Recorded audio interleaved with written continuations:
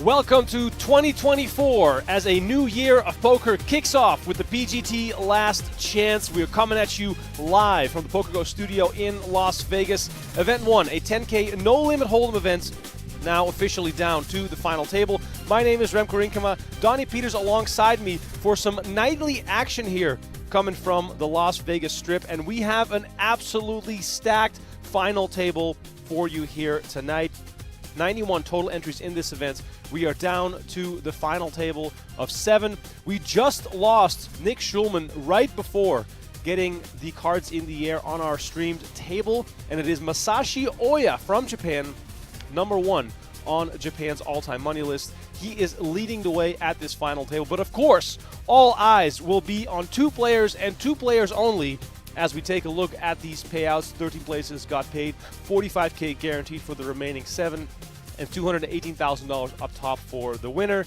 Like I said, all eyes on 2 players, Justin Bonomo and Mr. Daniel Negreanu. Donnie, what a start of the year. What a start of the year is right. I mean, Daniel comes out with a video today, Remco, complaining about 2023. Some bad beats, running bad luck, all this sort of stuff. Loses more than $2.2 million. I guess all you have to do is complain to the poker gods. Yep. Because here he is, final table, chasing more than $200,000 up top. Justin Bonomo and Daniel Negreanu side by side. Isaac Haxton, as always, in the mix. I saw someone in the chat when I made this event on YouTube about 10 hours ago congratulating Isaac Haxton with his first win of the year. Donnie, that's the kind of year Isaac Haxton has had. The question now is, can he continue that into 2024? It looks like he's very much going to continue it. Right away, right out of the gate, final table of this first event at the Last Chance series. He is the leader on the PGT leaderboard. He's trying to lock up that Player of the Year bonus. A $50,000 bonus goes to the player with the most points, and then whoever has the most points will enter the PGT Championship in a few days with the most chips. Isaac Haxton here picking up ace-queen offsuit coming in for the raise. We'll have a chance to introduce all these players to you. Once again, we are live in Las Vegas right now. It is January 2nd. The year just got underway, and we immediately have a stacked final table. Could not be more excited about the upcoming stretch of events that we have going on, both on PokerGO and on our YouTube channel. Starting off with our Last Chance series. We'll dive into the points real soon, but basically this series, the final chance, the last one to qualify for the PGT Championship that kicks off on Tuesday, January 9th. That's going to be a 2-day event, the $1 Million free roll. And that rolls right into the PGT kickoff, which we are also streaming on. So we have a really, really packed January. Yeah. Did you mention PokerGO Cup? PokerGO Cup coming right after. It's like it's nonstop. It's something like 19 or 20 days of tournaments in January that are being streamed. Not to mention we have new episodes of Season 4 of No Gamble, No Future also running during the month of January. So it's pretty crazy here on the PokerGO front. Action over to Masashi Oya, who's been on a real heater over the last couple of months, fresh off a massive win in the Bahamas, taking down the 100K ultra high roller for $2.9 million. Oya, like I said, first on Japan's all-time money list, looking to extend his lead today with a win. 218K up for grabs here. And we have not even mentioned the soon-to-be father, Mr. David Peters. Soon to be married. Soon to be married, David Peters. All this money, of course, likely heading to the wedding fund. We all know those aren't cheap. It's funny, Donnie, when you have a table this stacked, David Peters gets mentioned many, many minutes into the show because there's so many other stars at this table. It is kind of absurd. Yeah, he's been a little bit quiet on the tournament scene too, has David Peters. I feel like we've seen him a little bit less here inside the studio, but nevertheless, seemingly picking up where he left off, back at a final table. I mean, I'm digging this sweater here from Masashi. I mean, getting some punk vibes. I mean, it's probably a $1,200 Gucci sweater.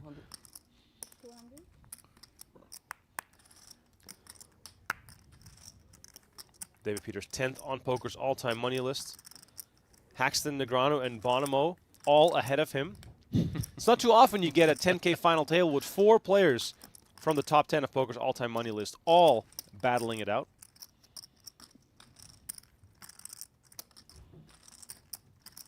By the way, German longtime pro Daniel Smiljkovic here on the button, laying it down. But let there be no mistake, Donnie. This gentleman has been around since 2011. His largest cash, a Trident 100K for 1.4 million. Winner of a WSOP bracelet on GG Poker. This man knows exactly what to do in all the spots.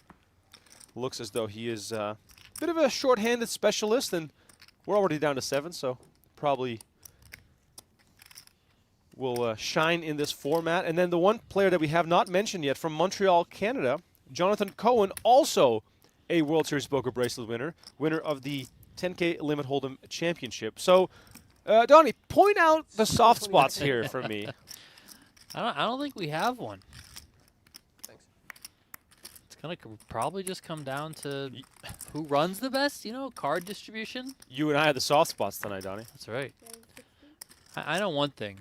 Masashi Oya with the chip lead like he has. Oh yeah, this is gonna be fun because he's a creative player. It's like Scarface. Say hello to my little friend. Yeah, Masashi's great. He's certainly willing to mix it up.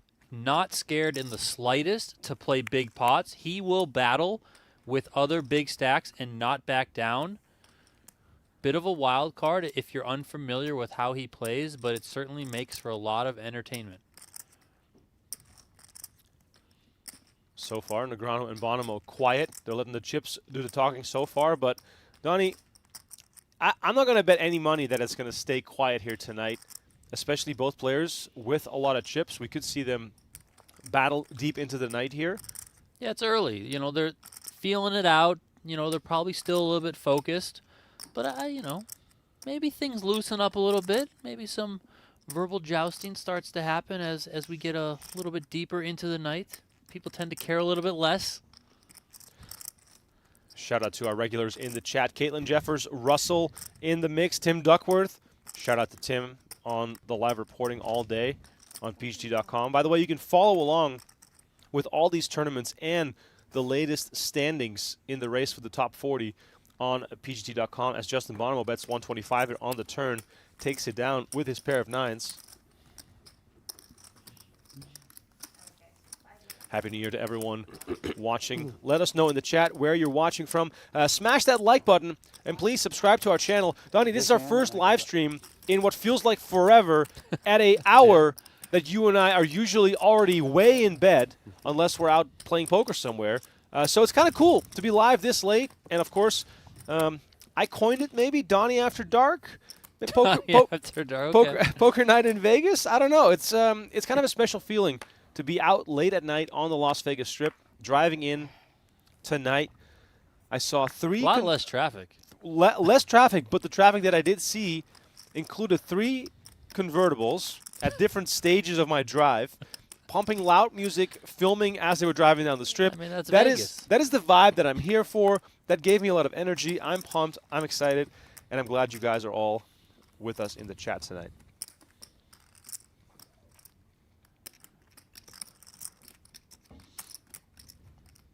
Donnie, what can you say about the play so far today outside this feature table, and which other names did you see pass through here, as there are many players in the race for the top 40? Yeah, I mean, play in general has been a little bit faster in this tournament. If you were out there watching, joined us for the PGT PLO series, expect kind of a similar progression from a structure sense, because this is a single day tournament. All of these tournaments are 1 day, 30-minute levels, so a little bit faster. I mean, it felt like everyone came out. All of our regulars. You had the 2 Foxons here. You had Jeremy Osmus here. You had all these guys here at this, at this stage. You had Chino Ream. He's on the outside. You had Andrew Lichtenberger on the outside of that top 40. So you had a nice group of players. You have, of course, the players within the top 40 that are trying to stay inside the top 40, because those players that do finish inside the top 40 of the leaderboard qualify for the million free roll that's coming up on January 9th and 10th. If you're outside the top 40, of course you're fighting to get in. You know, there's an Alex Livingston, Brian Rast, those types of guys. Dan Smith are on the outside, but not too far out. But then additionally, something that we've done for this series uniquely is this series leaderboard, the top 2 point earners that aren't already qualified for the PGT Championship, meaning they haven't already won some sort of dream seat, or they haven't qualified via the top 40 of the leaderboard, those top 2 point earners will win dream seats to play in the PGT Championship. So if you're brand new off the street, if you're Brent Hanks sitting at home, go to the, go into your closet, that little safe, pull out some money, come on down, because you hit a run in these tournaments, you win one, make another final table, next thing you know, you're finishing on top of the leaderboard, and you're in $1 million free roll. Definitely some tough competition here today as Smiljkovic and Oya are battling here. Smiljkovic made it 80K. Oya 3-betting to 220.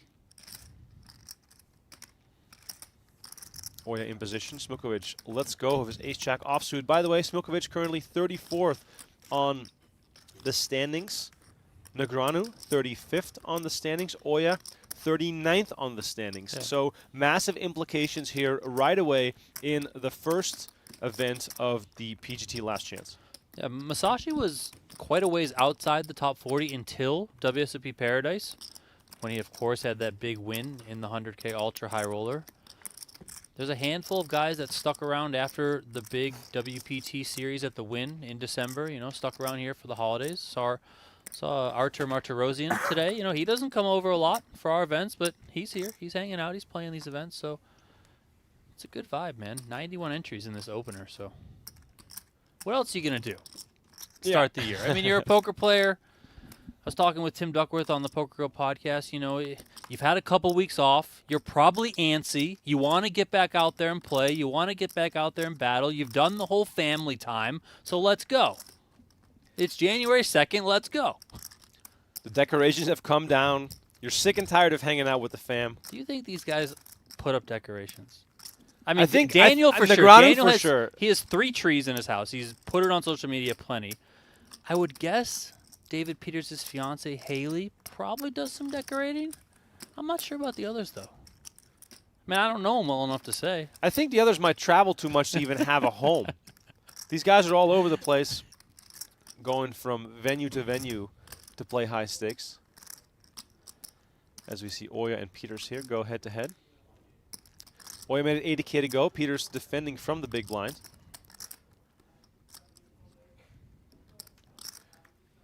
Action goes check, check as the Jack of Hearts hits on the turn. Not a bad turn card for Peters. Picks up that open ender.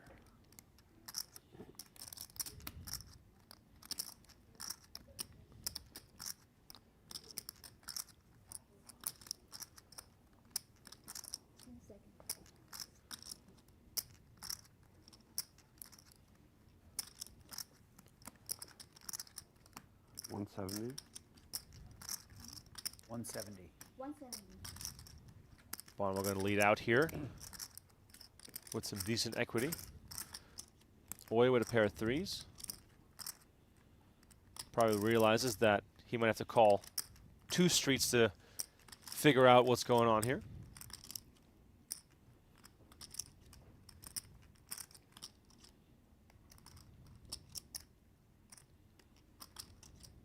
Does decide to come along. Question now is, Donnie, on which cards that don't complete Peters straight, is he going to continue? Is that one of them? Coin flip for me if Peters comes to the bet here. I mean, paired board doesn't change the dynamics of that board too much. Could be a tricky here.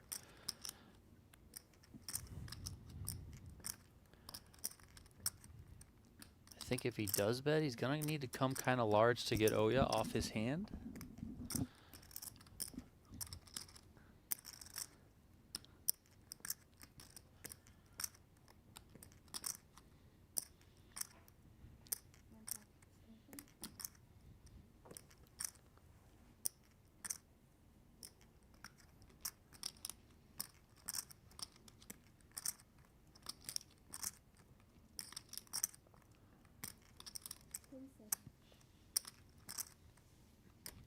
Peter's taking his time here.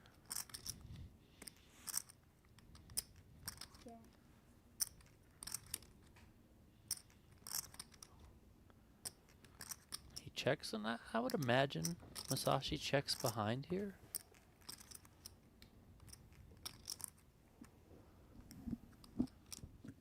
He does. You're going to win it, sir.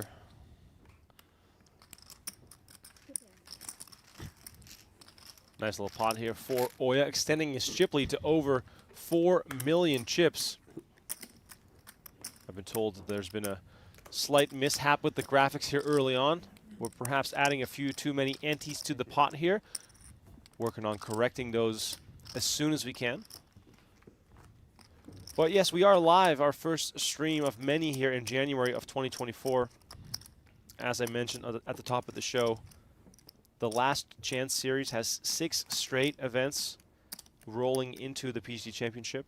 The top 40 of the yearly standings will qualify, along with select Dream Seat winners. We gave away a ton of seats this year. Some annual subs to PokerGO. Yeah, 3 annual subscribers, 1 seats to play in the PGT Championship. Did a social media promotion. Did a promotion with our partners GTO Wizard. Got some sponsors that had some dream seats to give away, so they'll be in the mix. It's looking like we're probably going to have 54 entries in the PGT Championship. Of course, the 40 that qualify via the leaderboard, and then it's 14 dream seats, I think, that are given away otherwise. So the max that it'll have should be 54, if I'm not mistaken. Pretty good shot at that $1 million prize pool. It's going to be $500K up top. Additional final table payouts as well. So really good way to end the PGT season, start your poker year as well. I'm going to be curious to see if we see Jason Kuhn, who is the defending PGT champion. He won the PGT Championship event last year. I mean, I feel like the defending champion should get a seat. Yeah, I kind of feel that way too. He is inside the top 40, but he's not really locked in. I think he's like 33rd or something like that, in that region where he could get bumped out. So I know Kuhn, always doesn't show up for the 10Ks. A little bit too low of a price point for him, but who knows? Maybe we'll see him out here battling if he's monitoring the leaderboard and decides to come on down. But if he does make it, I would expect him to be in the PGT Championship event. Just tuning in, Daniel Negreanu and Justin Bonomo still at this final table, as Smiljkovic calls Negreanu's bet of 80K.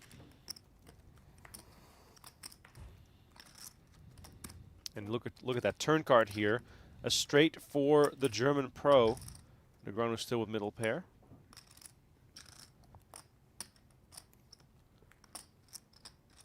Not too much chatter at this final table so far. Players all business. Have been playing since noon local time, so it's been a long day already, and they're going to play it out, and then tomorrow they're going to do it all over again. Negreanu, by the way, betting into an unbeatable hand for him.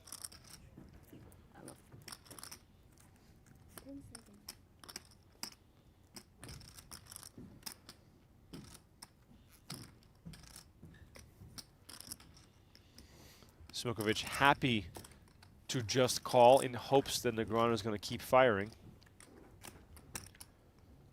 7 of diamonds hits on the river. Only 1 card necessary now to make a straight. Perhaps this will slow Negreanu down a little bit. But how many 6s do we really have to give the German credit for, Donnie? Playing out of the big blind, I would think he has more 6s than Negreanu does here. He does have one of those. Yep. Didn't need that 7 on the river.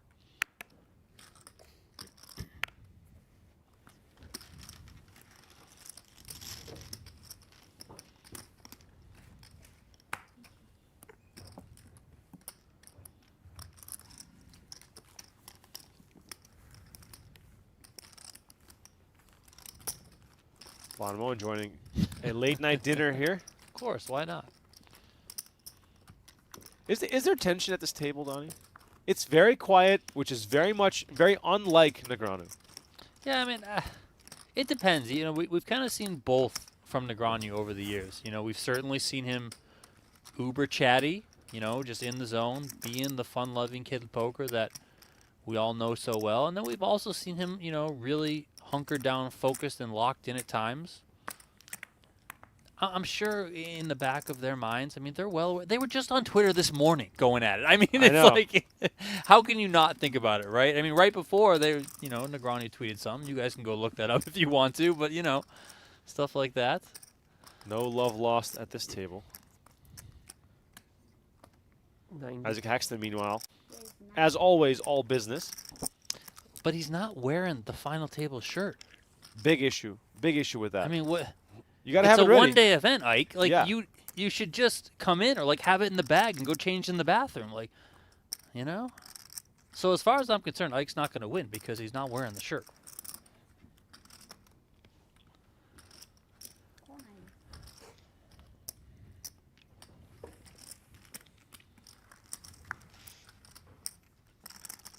By the way, if you're in the chat on YouTube or Twitch, let us know who you are rooting for at this final table. I'm wondering if we have any Japanese fans watching. I'm assuming it's going to be nice and early in the morning over there.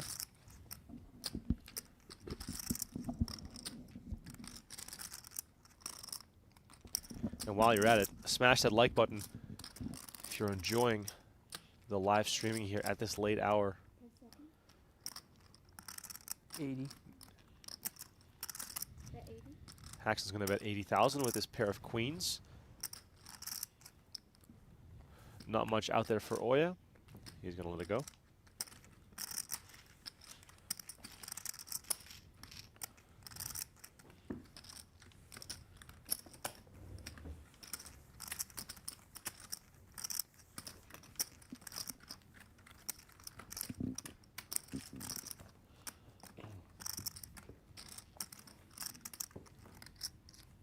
Donnie, do you think that a player like Negreanu could win this event today and then decide to just skip the upcoming tournaments because that basically secures a spot in the top 40 for him? Yeah, I think so. You know, but there is the wrinkle that points equal starting chips in the PGT Championship event. So let's say Negreanu rips this off here. He gets those 218 points. He moves up quite a bit. Speaking with Tim Duckworth, you know, he believes that the cutoff's going to be probably right around 1,200 points. I think if Negreanu does win this, he gets to that mark, and so he would be fairly safe, you know, all things considered. That said, it doesn't hurt to get out here, try and get more points because that means more chips, and then also, you know, stay in form, get some reps, you know, feel good about your game coming into the championship event, you know. It's kind of like, you know, they say when those teams get the bye week in the NFL playoffs, and then sometimes they look sluggish, you know. Yep. You got to stay sharp. I mean, all things considered, Isaac Haxton probably didn't need to show up. I mean, he is really only trailed by Chris Brewer in terms of anyone who could overtake him at the top of the leaderboard, and even Chris Brewer would need a really good PGT Last Chance series in order to overtake Isaac Haxton. So, you know, Ike doesn't need to show up, but he's here. But you know? Ike lives down the street. That's true, you know, but he doesn't need to show up for a 10K. I feel right? like Isaac Haxton loves the game, He does. loves the competition, So does Daniel. We know Daniel loves it. and he loves triggering people on Twitter with his winner photos wearing the mask. And every opportunity he gets to do that, he's going to be there. Of course. Smiljkovic here, raising it up to 80K. Jonathan Cohen here from Montreal,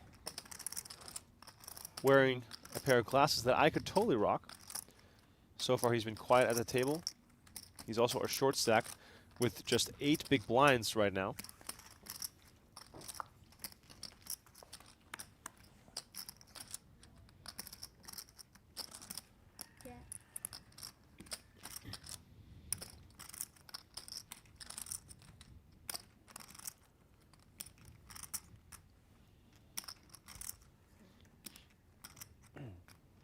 Action goes check, check on the flop. King, Jack, 6, 3 diamonds. Bonomo flopped a pair of kings.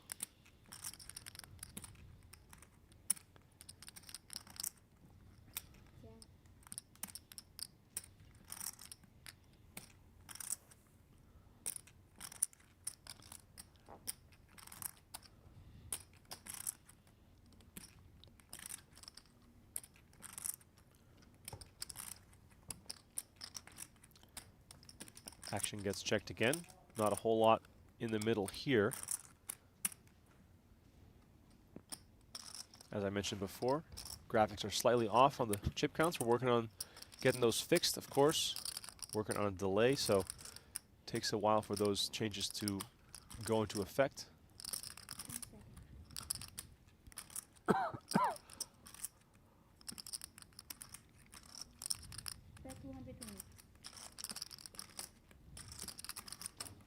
Bonomo tosses out a bet of 220 and quickly sees his opponent throw his cards into the muck.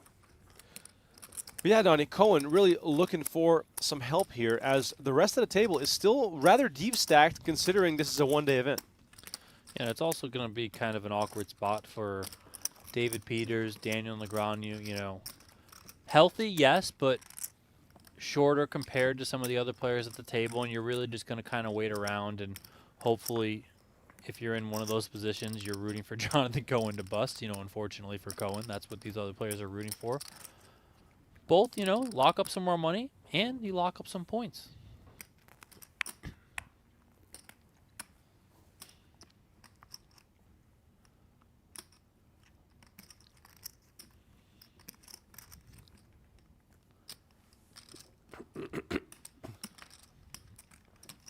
One player that we certainly don't think is going to back down at all, Masashi Oya. I think he's just going to be out there firing away with this chip lead. Really put the pressure on his opponents. Here he's coming in with a raise from the cutoff seat. Earlier in this hand, you saw Isaac Haxton fold under the gun ace-8 off, where if Haxton has the chip stack that Masashi does, maybe Haxton comes in with a raise there, right? But here, you know, Haxton's going to take the conservative approach. Bonomo electing to call King 7 of Hearts out of the small blind. Now it's on Daniel.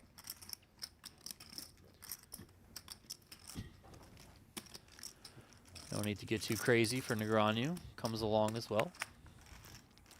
Three-way action here to the flop. Both blinds involved. Wow, look at that. Ace, King 4, top pair, and the nut flush draw for Negreanu.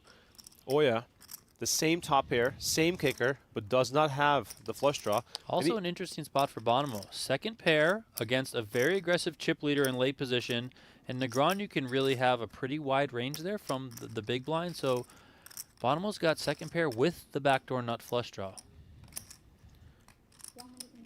And of course, nothing strange about Oya continuing here. Playing against two players in the blinds, his ace-6 is going to be good quite a good amount of the time.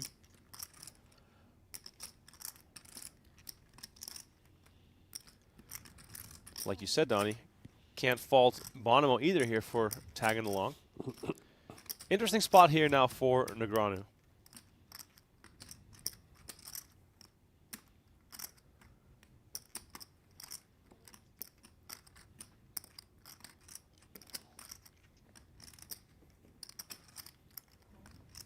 Just comes with the call. How do you feel about this, Donnie? Yeah, I don't mind it. I mean, it's kind of a tricky spot. Yeah, of course you have. Oh wow. Wow. Oh my God. Ladies and gentlemen, turn up the volume. We might see some fireworks here as Bonomo rips off a third king. Both Negreanu and Oya with an ace. Negreanu not drawing dead. He still has the nut flush draw. And we could see the action get checked around here as it is now on Oya with ace-6. Yeah, I mean, we'll see how aggressive Oya wants to be, but I would expect him to check here. I mean, his kicker is really nothing in this spot, so.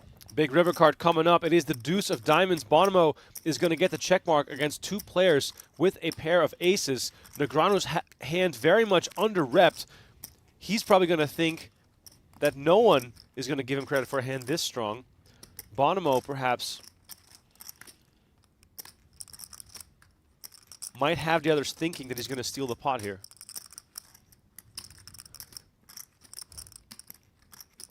$450.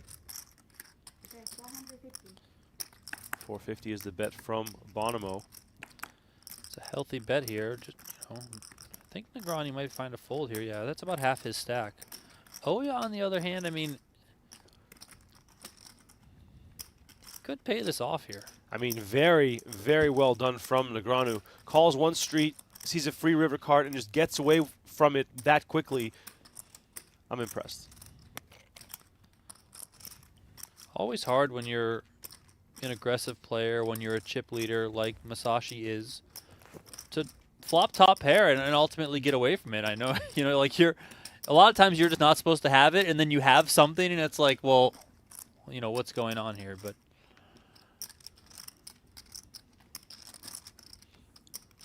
I'm still thinking about how quickly Negreanu folded here. And Oya grabbing chips to make the call. And there it is. He tosses them in. Bonomo is going to receive a very big pot and a big smirk on the face of Negreanu. You saw that? Yeah. Oh, his lips are burning.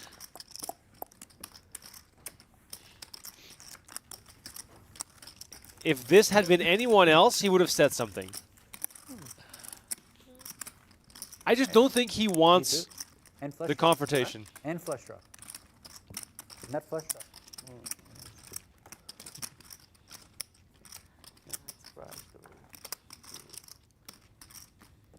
Donnie, the tension is palpable.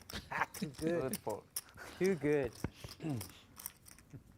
It's a good fold from Daniel. It really was.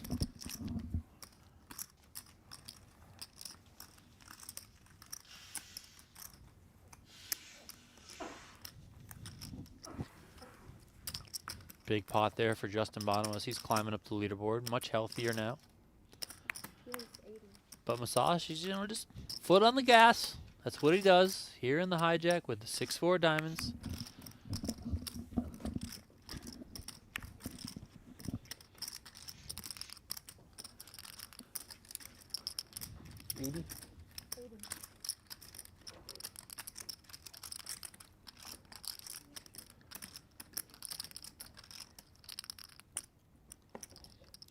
There were 91 entries in this event, down to the final 7 here. They are all in the money. Guaranteed $45,500. Of course, everyone remaining gunning for the $218,000 first place prize. First event here of the PGT Last Chance series. Our final series of the 2023 PGC season, although it is 2024.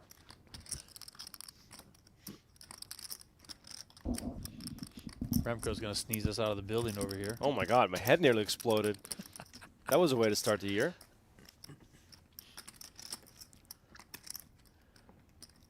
Justin Bonomo's most recent win was event number 9 at the 2023 Poker Masters back in September of 2023. Negreanu's most recent win was the high-stakes duel match versus Doug Polk in August. His last open event, however, Super High Roller Bowl 7 back in October of 2022.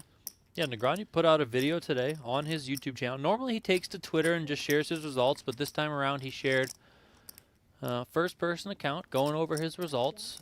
Didn't have too many big scores in 2023. I think his biggest was like 125,000, which for Daniel is crazy given how large of buy-ins that he plays.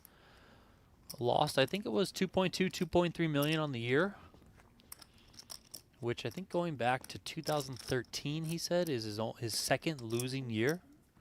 Normally comes out ahead by a pretty healthy amount, so. But he did say, no reason to get down. More of a motivating factor to do better in 2024. I think he's going to come with a little bit less volume, he said, but really focus in on the biggest and the best events and, you know, really try and right the ship from where he was a year ago.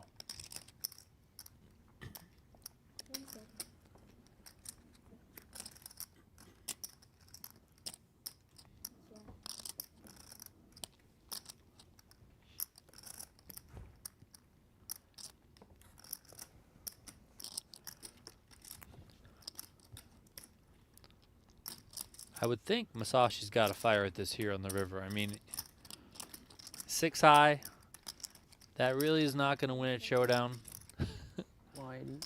Just got to come with it here and hope to get this one through.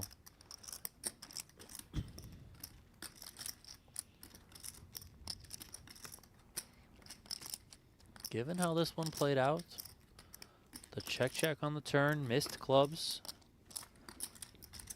Haxton could come with a call here with king high on the paired board.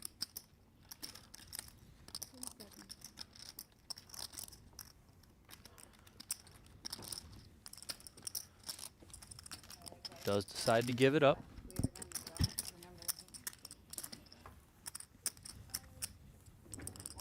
How many hands, sir? One. Please draw the one. All right. Michelle, we're going to play 25-50, then take a break? Yeah? Cool. Cool. Thanks.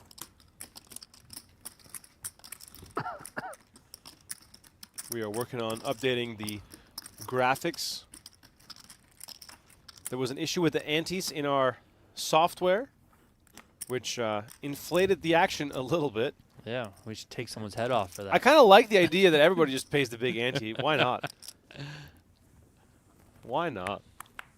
So yeah, I think we are losing our card graphics here for just a few hands, and then it'll all be reset with accurate chip counts going forward. But yes, we are live right now. It is 11:36 p.m. in Las Vegas. We'll be here until a winner is crowned. This is a one-day event. These players started at noon local time.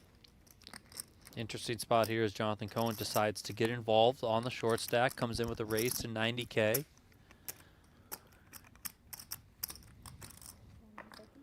Gotta figure he's probably up there towards the top part of his range, but Isaac Haxton might have found it because he shoves from the small.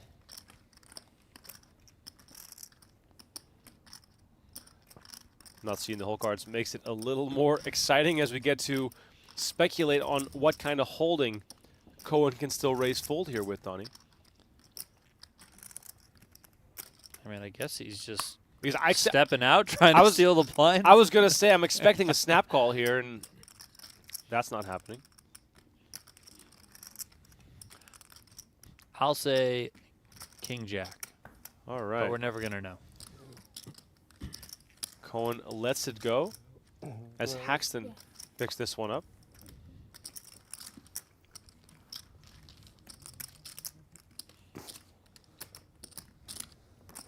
Caitlin Jeffer says, the best hand for the graphics team to leave.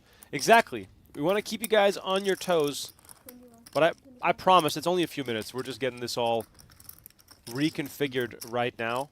Just got to run some math, subtract all those antes that we incorrectly spread around the table. By the way, if you're tuning in, watching at this late hour, and I see almost 2,500 of you in the chat on YouTube right now, let us know where you're watching from. Let us know what you're drinking and what the weather is. Let's just bring back a goodie, an oldie, a classic that Donnie has floated to. Yeah, let's go. To many a chat. By the way, my name is Remco Rinkema, Donnie Peters alongside me. We're stoked for a ton of live streaming over the next month or so.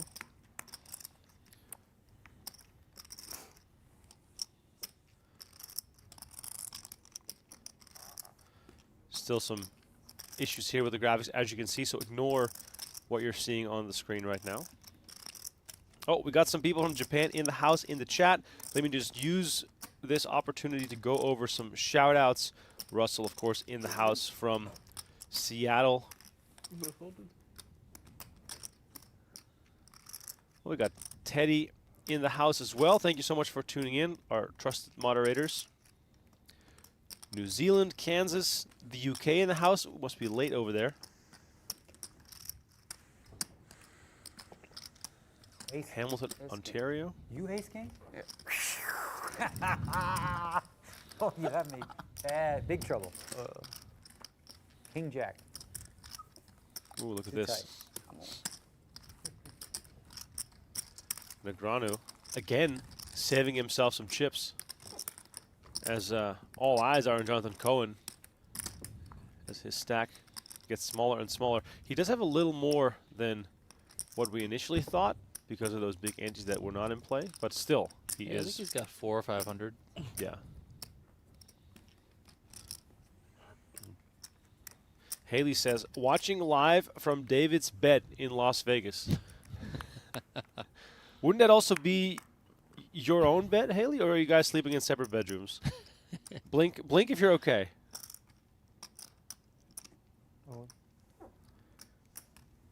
Here we go. First all in. Jonathan Cohen decides to Well, shove. second all in.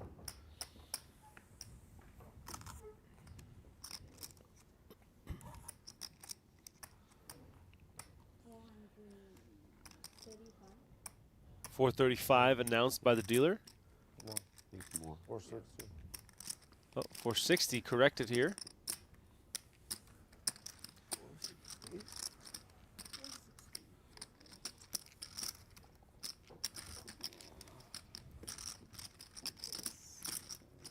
Action fold around to our chip leader, Masashi Oya, in the big blind.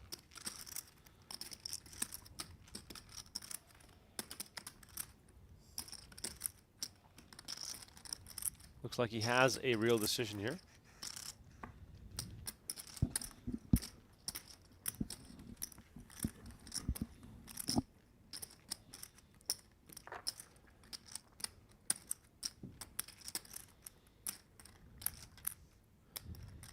Donnie, since we cannot see the cards at this present moment, speculate on Cohen's range here, moving all in for about Strong. what, 9 big blinds. Strong. Are we saying like ace jack plus? Ace 10 suited and plus. Some of the bigger pairs, And if you're Oya, you're gonna like medium bigger pairs. you're gonna have to see at least 9s, 8s.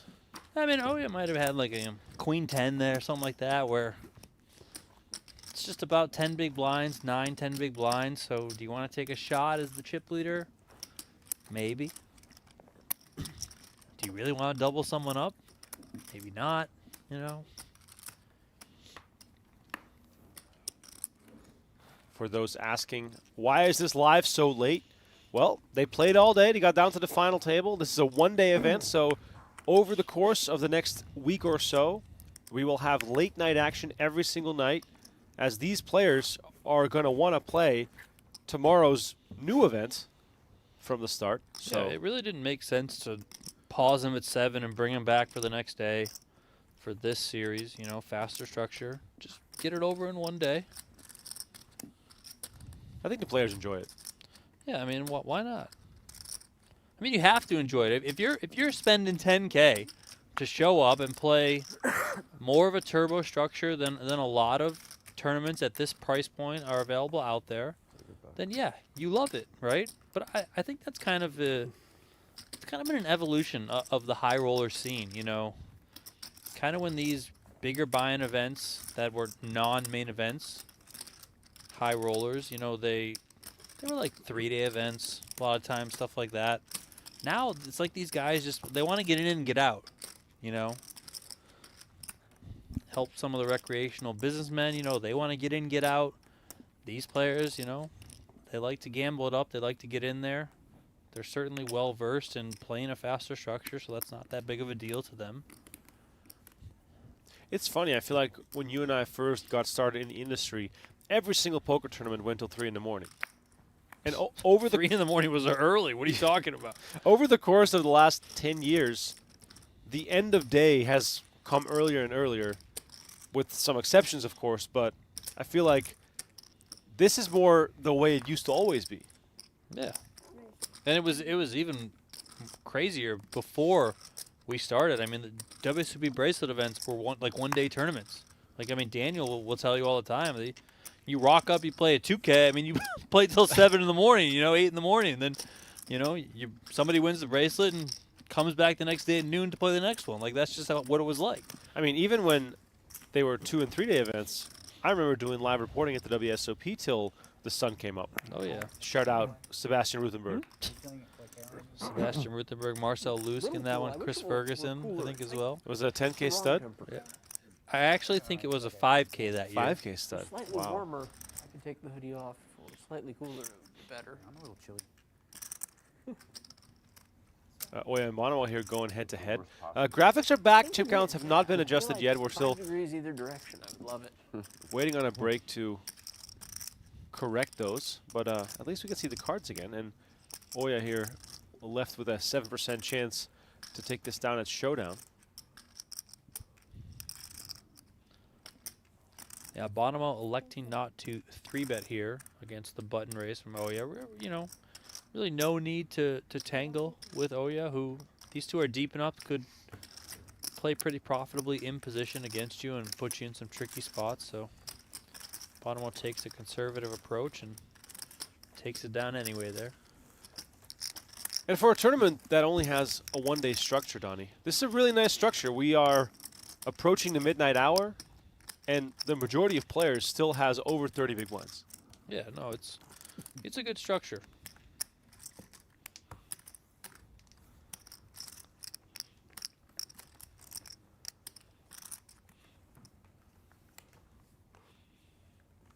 I think we also allowed for unlimited re-entry in this tournament, which is a little bit of a change from the normal 2 re-entries that we have in most of our events. So. How do you think that affected play today? Did you see any players really gamble it up? I can't really recall any players, you know, blasting off too hard, but who knows? Maybe we'll look at the registration report later and see 6 entries for somebody. Who knows? Again? Well, Wow. if you're really chasing after the top 40 in the standings, you want to give yourself a chance. Oh, so for sure. you got to keep rebuying. For sure. By the way, Donnie, for those that are just tuning in, give us some more context as to why this is called the Last Chance and what's really at stake here. I mean, the name says it all. It is the last chance to get in to the PGT Championship $1 million free roll. That is our season-ending event here on the PokerGO Tour. It will take place in a couple days, January 9th and 10th. That is a 2-day tournament. $1 million free roll prize pool. You have to qualify by making the top 40 of the PGT leaderboard, or you have to be a dream seat winner. So a lot of these players out here are battling for leaderboard position.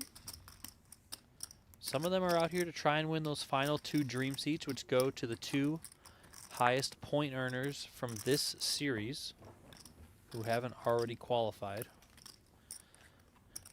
And then the amount of points that you earn during the season, those equal the starting chips in the PGT Championship. So Isaac Haxton, for example, came into this event with a little over 2,600 PGT points. That, I believe, is going to be 260,000 starting chips. So he would be the chip leader as things stand right now, which big blind to start will be 1,000. So he would come in with 260 big blinds. Sheesh. Minimum starting stack for the PGT Championship will be 100 big blinds. So he'd have a healthy lead. It's not a runaway lead where it's something that's, you know, viewed as insurmountable for the other players, but it's still a healthy lead and a way to reward players for performing well over the course of the season. How many chips will you be starting with, Donnie? 0. Absolutely 0. I mean, unless someone comes and decides to put me in some of these tournaments and I win like 3 of them, which is probably not going to happen, but hey, you never know. Smiljkovic, meanwhile, King 10 suited, raising it up to 100K. Bonomo fights back. That sounded like 240. There Yeah, goes. so a much different position here. But Bonomo won. He's in position against Smiljkovic. Also, chip stacks are much different than facing a Masashi Oya, who has a stack that covers Bonomo. Wow. Oh, wow. Smiljkovic just comes with it. Jeez. Hello. Wasting no time. Quick shove, too. Bonomo's just going to be forced to fold. Yep. There we go. Power poker from the German pro. I mean, he wasted no time. That All in. Let's go. It was like a old school move there. Shout out to Caitlin from Texas Poker in the chat with us as well. Much appreciated. And afterwards, Masashi tried to sell him 4 purples for 1 yellow, and Smiljkovic said no. No. My chips. No deal. By the way, much love to everyone tuning in as always. Trying to keep it lighthearted and entertaining. Have some fun with it.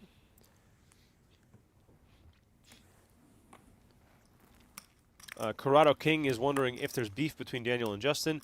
You could say that. You could call it beef. Check Just Twitter. Go, just check Twitter. Check Twitter to get caught up. It's not. It's it's a rabbit hole. Payouts, by the way, available in the description of today's video if you are watching us on YouTube.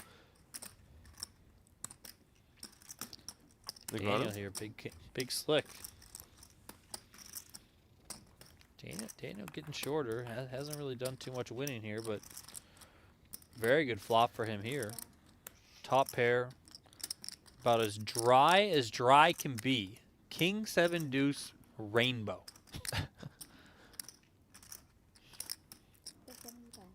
Important for Negreanu to start winning some hands here. A nice small bet here from Daniel.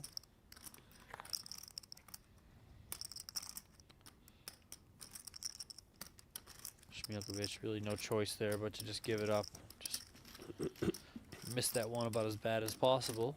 Negreanu takes it.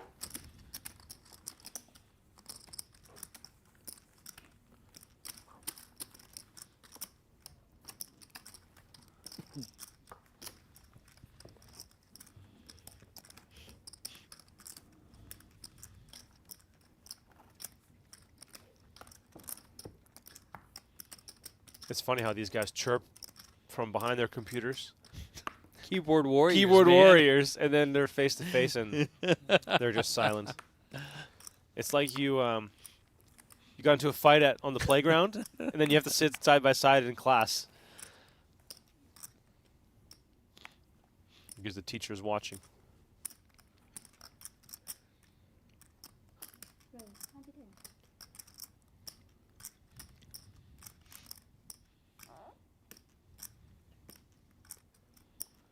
Look at this. Bonomo raising it up with King 10 offsuit. Negreanu out kicking him here with a better 10. Looks like we're going up. 250.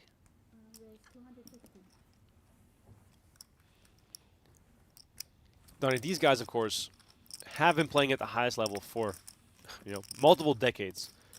Is there even a sliver of them allowing some personal, feelings about each other slide into their poker games? Or do you think they are just so good at disconnecting from whatever else is going on?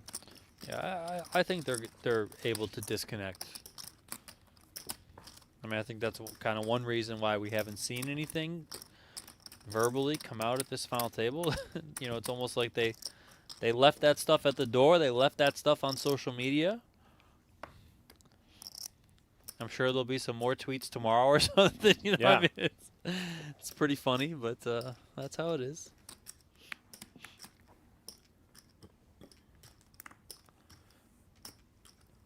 Back-to-back pots there for Daniel. Not the biggest pots, but every little bit counts as you're trying to chip up. 2 queens here. A nice sight for Mr. Peters.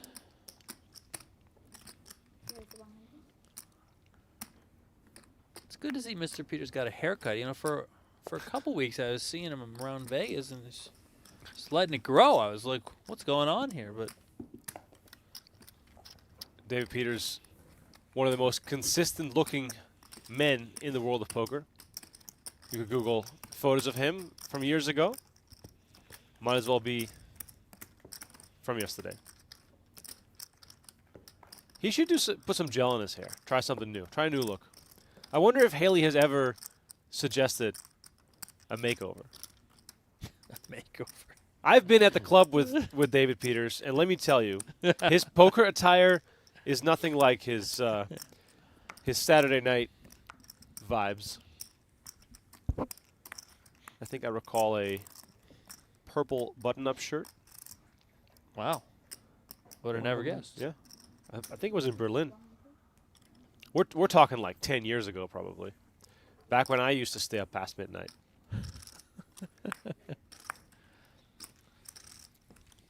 Couple 8s here for Haxton, getting the job done. As far as aesthetic, I think pocket 8's one of the prettiest pairs. They're all pretty, man. Two of the same. Are you a pocket pair guy or a suited connectors guy? I'm all of it. Give me 2 cards. Love it. I'm gonna put a poll in the chat. I want to know what That's the the chat hardest thing for me about playing live poker is much slower than online. Right. You can only play one table, so it's like you want to play pots, like you get excited to play poker, right? Right. You just drove down to a casino, probably 20-minute, 30-minute drive. You walk through, like you're ready to go. You're feeling the chips, like the atmosphere. You got it all, and then you get 2 cards, 6-4 off. Yeah, I can make this work. Let's go. 100% right.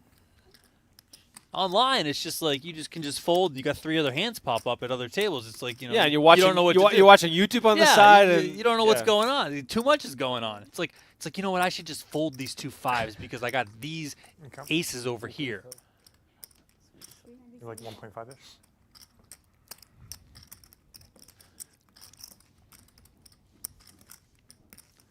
Notice how Daniel didn't answer. No, I feel like he would have answered many people.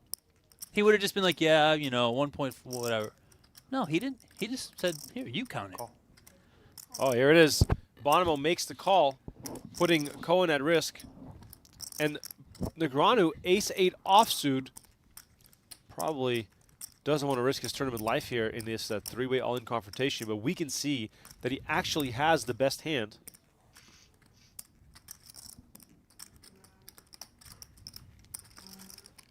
Oops. Oh, that's bad news. Yeah. Hey, you showed an ace. Good news for Cohen.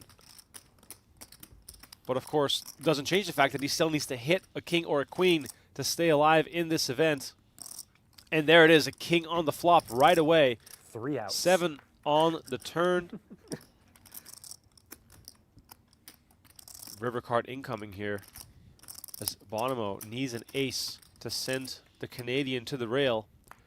River card is the deuce of hearts, and Jonathan Cohen is going to receive a double up. Did I hear them say 300,000, Donnie? 335. 335. So, you know, if you're keeping score at home, he is up to, let's call it 700,000. And nice healthy pickup there for Cohen.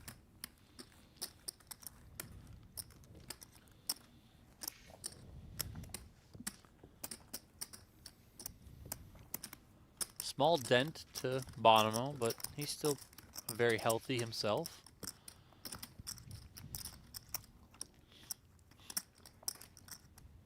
People asking where this is being played. We are at the PokerGO studio in Las Vegas, which is a short walk from the Aria Resort and Casino Poker Room.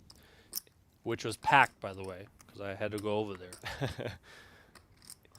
If we're Tuesday night. if we're visualizing this walk to the studio, if you're facing the Aria Poker Room, you go left, past the burger place, out the doors. Don't go up the escalators. Go out the glass doors, and then keep walking on the walkway towards the Las Vegas Strip, and then you'll see it on your right-hand side. Yes. We have events here all month, and you can walk in and play. You can walk in and watch. Get an autograph from your favorite player. Come deliver a high five to Donnie and myself. It is definitely action-packed here in the first week of January.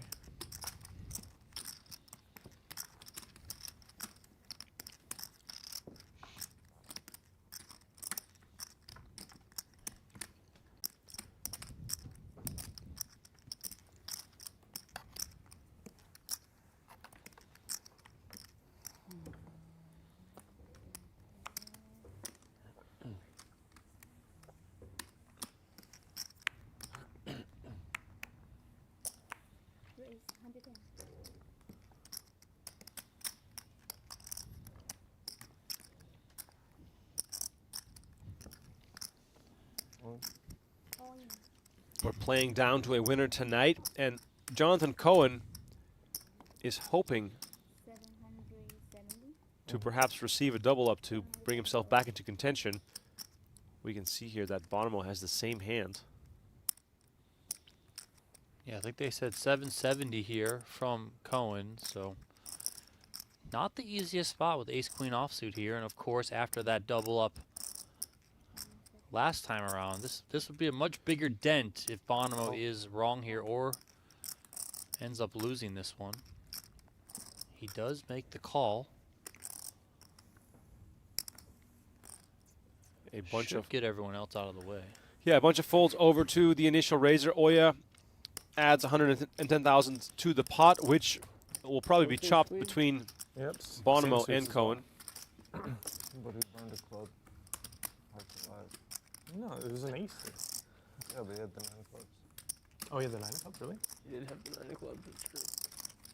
All right, so hearts versus clubs here for a potential elimination. You'll be alright. Cohen the short stack. Quaking in my boots.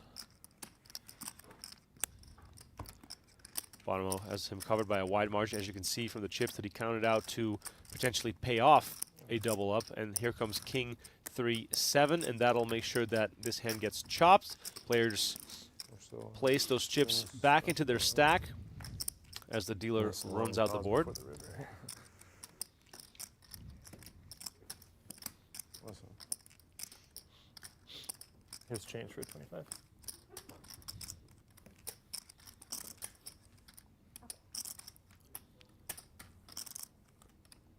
Me.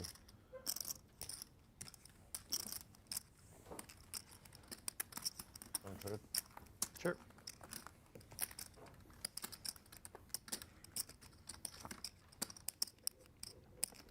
If you're just tuning in, still 7-handed here. The event 1 final table of the PGT Last Chance. We're playing down to a winner tonight.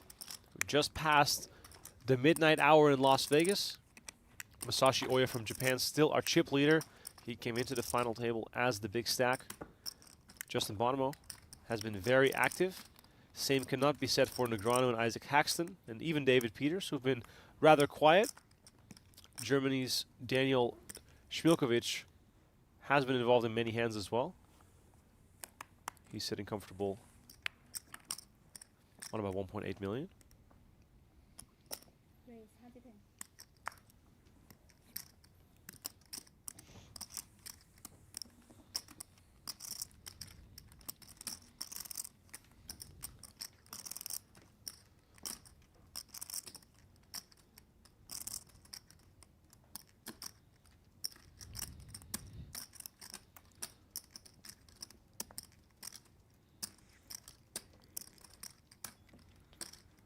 Oya raising up with Jack-8 suited. Action over to Smiljkovic in the big blind with a pretty looking Queen-Jack of hearts.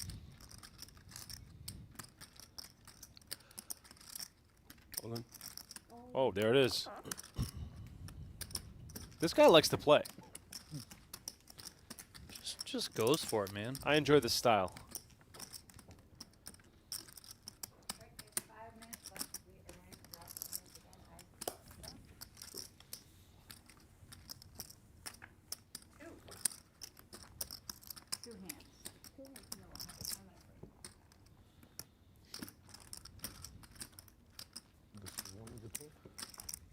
Yeah, so you're going to play your big blind, then we go on break.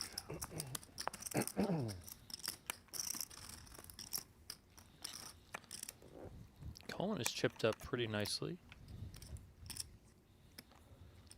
Obviously won that all in against Bonomo. Bit healthier now. Yeah, and he's a limit hold'em guy, Yeah, he so probably feels like he's got a million I was big blinds. exactly. We get our phones.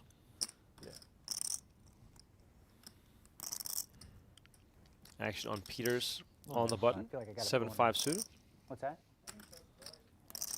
I don't know. It just feels like it's blowing in my face. So maybe I'm crazy.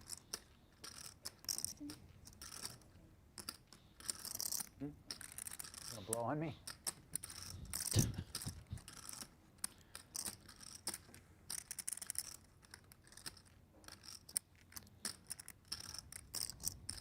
Smiljkovic and Oya potentially 55. playing a flop here, but 175. Oya raising it up here to maybe shut that down. Jack 10 off though. Respectable hand.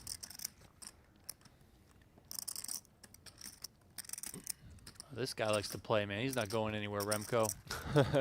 I mean, this could be fun. I mean, these two don't hold back. Hello. Wow. Oh, yeah, just smashes this one.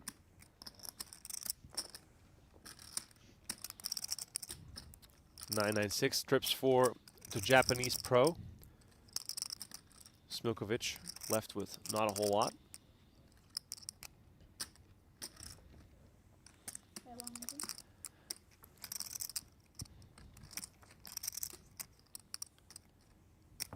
Oh, this way.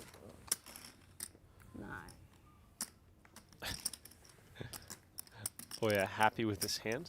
Was probably hoping for a bit more action.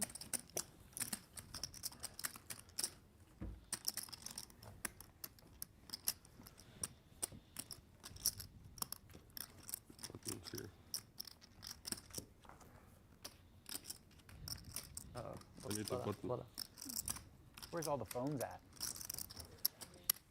All right. Get them ready.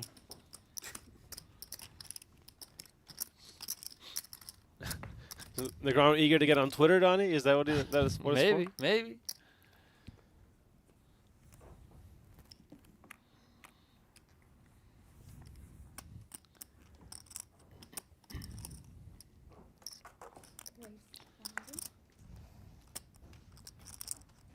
Ace then off it for Negreanu, raising it up. Haxton letting it go. So does Peters. Looks like the players are going to go on a short break.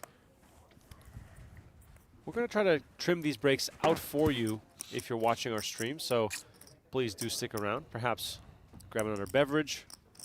Maybe it's time to make some breakfast real quick, but we will not be adhering to the regular break structure that you might know from other live streams. We're just going to try to get some quick counts on these chip stacks to update the graphics. And then we're going to get the cards back in the air ASAP as Negreanu continues here versus Cohen. Yours.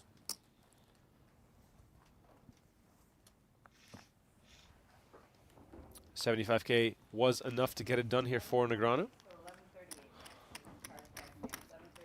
Any chance you want to give an extra minute so I can go get gum? So the players are running out for a 20-minute break, but we are going to do a quick count of the chips, make sure everything is verified, and then we're going to get the cards back in the air.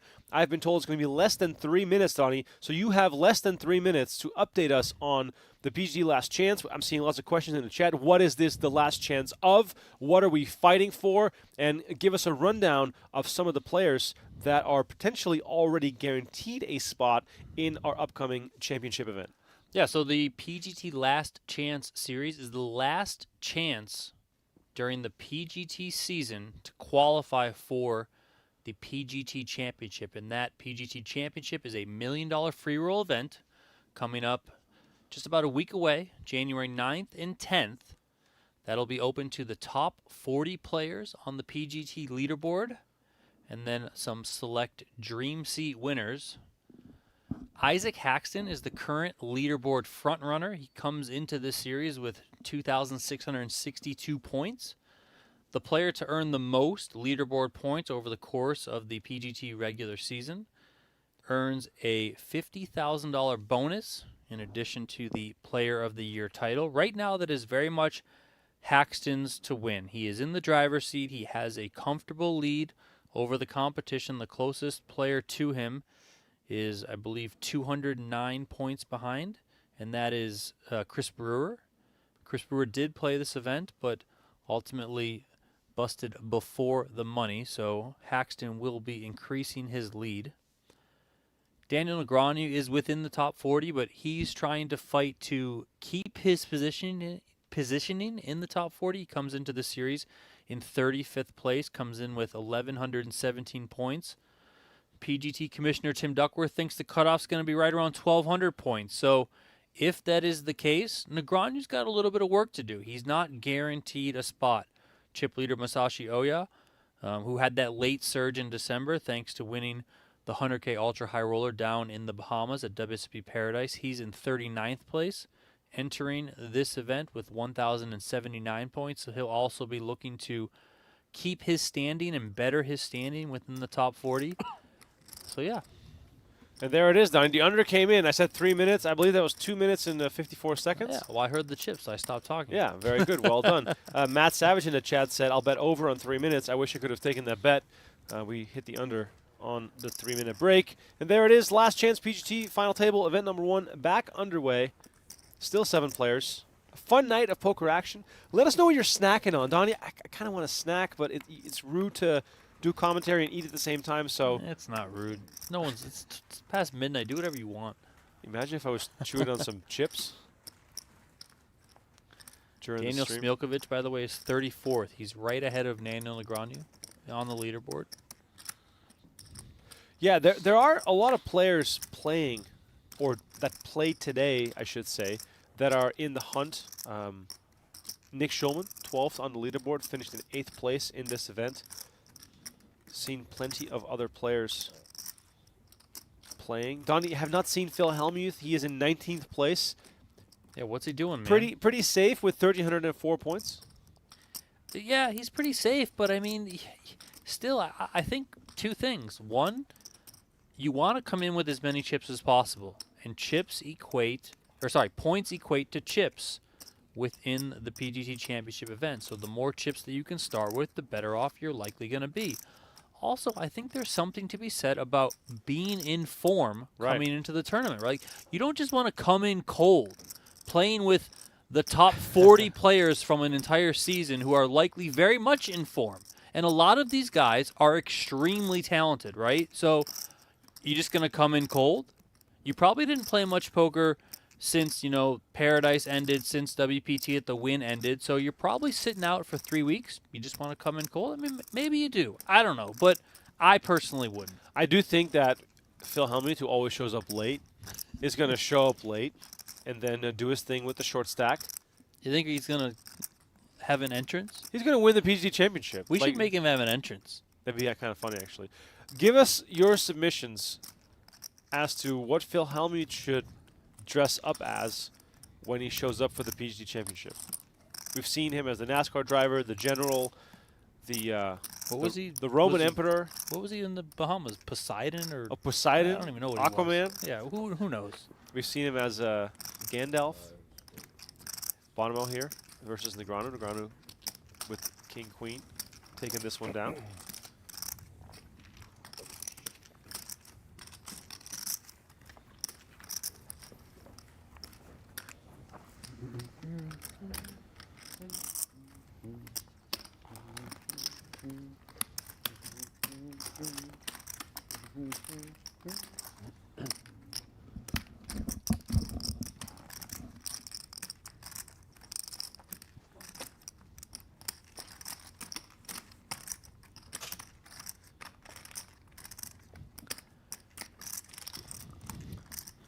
Thank you to everyone tuning in. Event number 1 here of the PGT Last Chance series, appropriately titled because it is the last chance during the PGT season to get into that PGT Championship event. If you do need anything PGT related, I would check out pgt.com.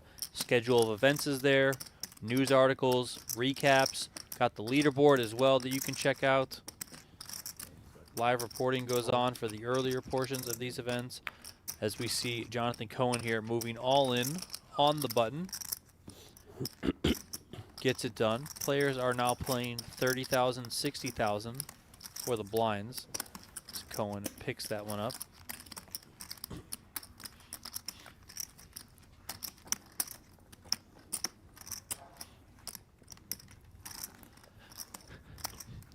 We are aware of the graphics issues that we're working through, but taking a little bit of time to get it going.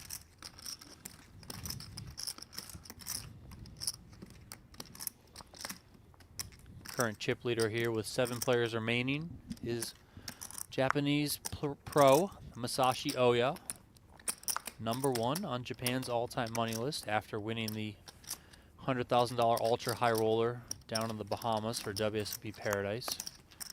He did that last month, picking up a WSOP gold bracelet.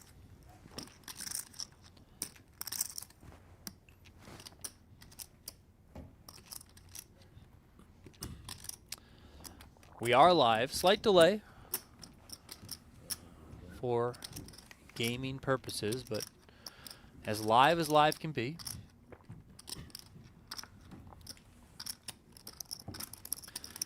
Bonomo with a raise on the button there and takes it down.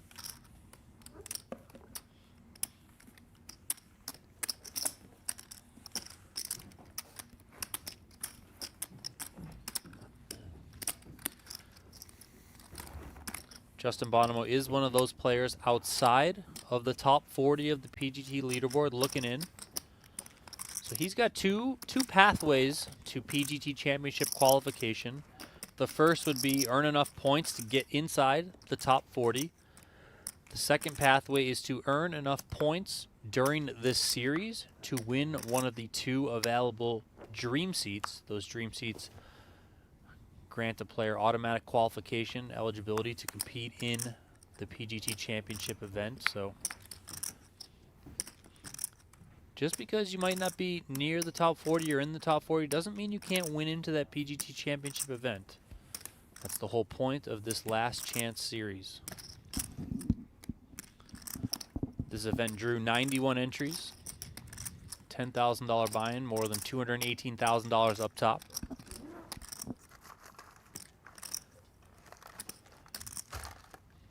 Action here folds over to Isaac Haxton in the small blind. He's going to limp in with ace six, excuse me, of spades.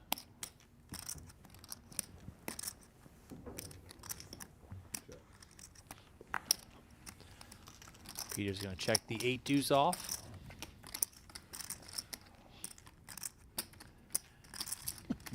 Ace, 7 deuce, 2 clubs here. A little bit of something for everyone. Haxton with the best of it still. Top pair.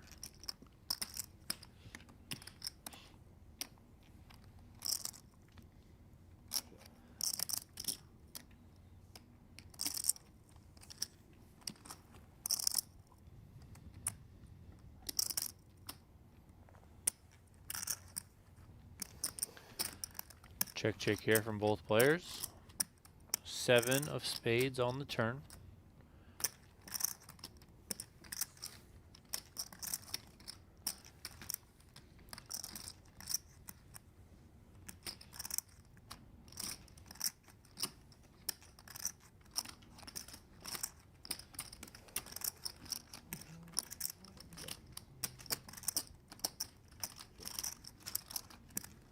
Haxton checks again.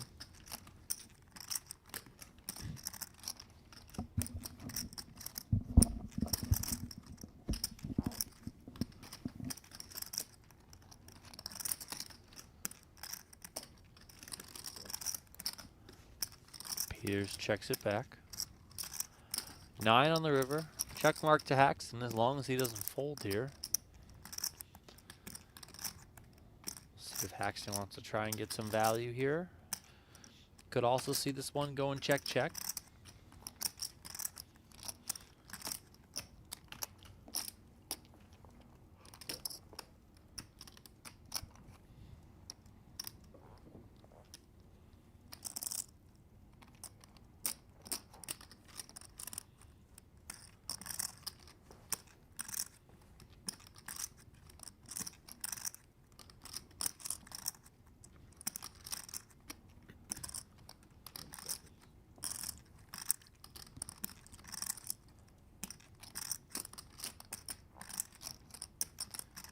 Does go check, check, and Haxton's going to take it.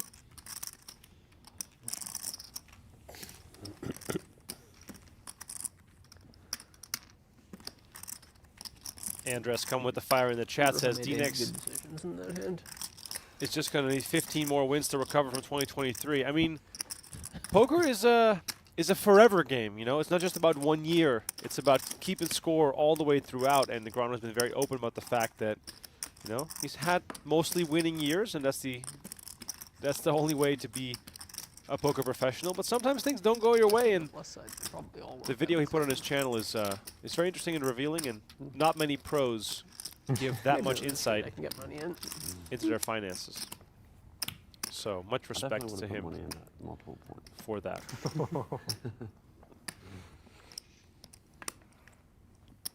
Not pre-flop. You just had kings. Feel really bad if you had kings.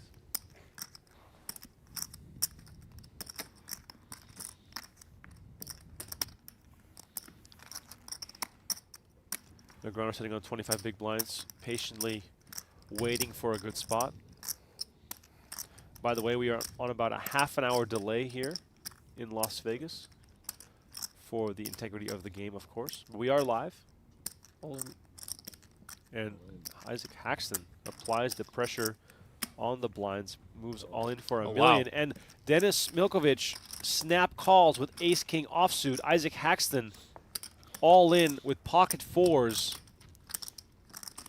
Smiljkovic here in a great spot to send one of the best in the world to the rail. But he still has to hit to improve his hand.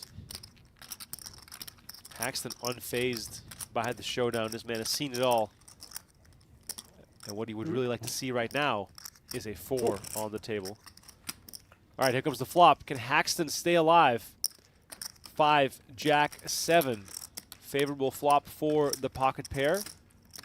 Smiljkovic has a diamond, has backdoor Broadway as well, so still a few more options here, besides, of course, the ace or the king. Turn card is the ace of clubs, and that all but does it for Isaac Haxton, who is down to 2 outs. One of the 2 remaining 4s are needed. It's a 3 of spades on the river. Isaac Haxton hits the rail. Yeah, yeah. Just over a minute. No lucky shirt, everybody. no win for Isaac Haxton, as he is our 7th place finisher in event number 1 of the PGT Last Chance here in Las Want Vegas. some time banks over here? A little more legroom for Negreanu and David Peters, as Germany's Dennis Smiljkovic rakes in the pot, becomes a real contender now, up to 1.5 million. Huge pot. Yeah, Haxton picks up $45,500 there, and also 46 PGT leaderboard points, which allows him to stretch out his lead at the top of the leaderboard. He's now up over 2,700 points, very much in the driver's seat to become the PGT Player of the Year, and with that comes a $50,000 bonus.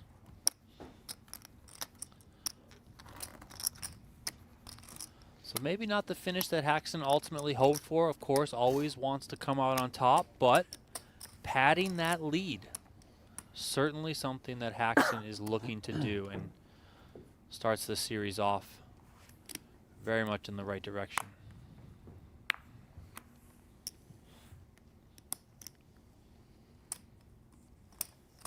The final 6 players now guaranteed $54,600.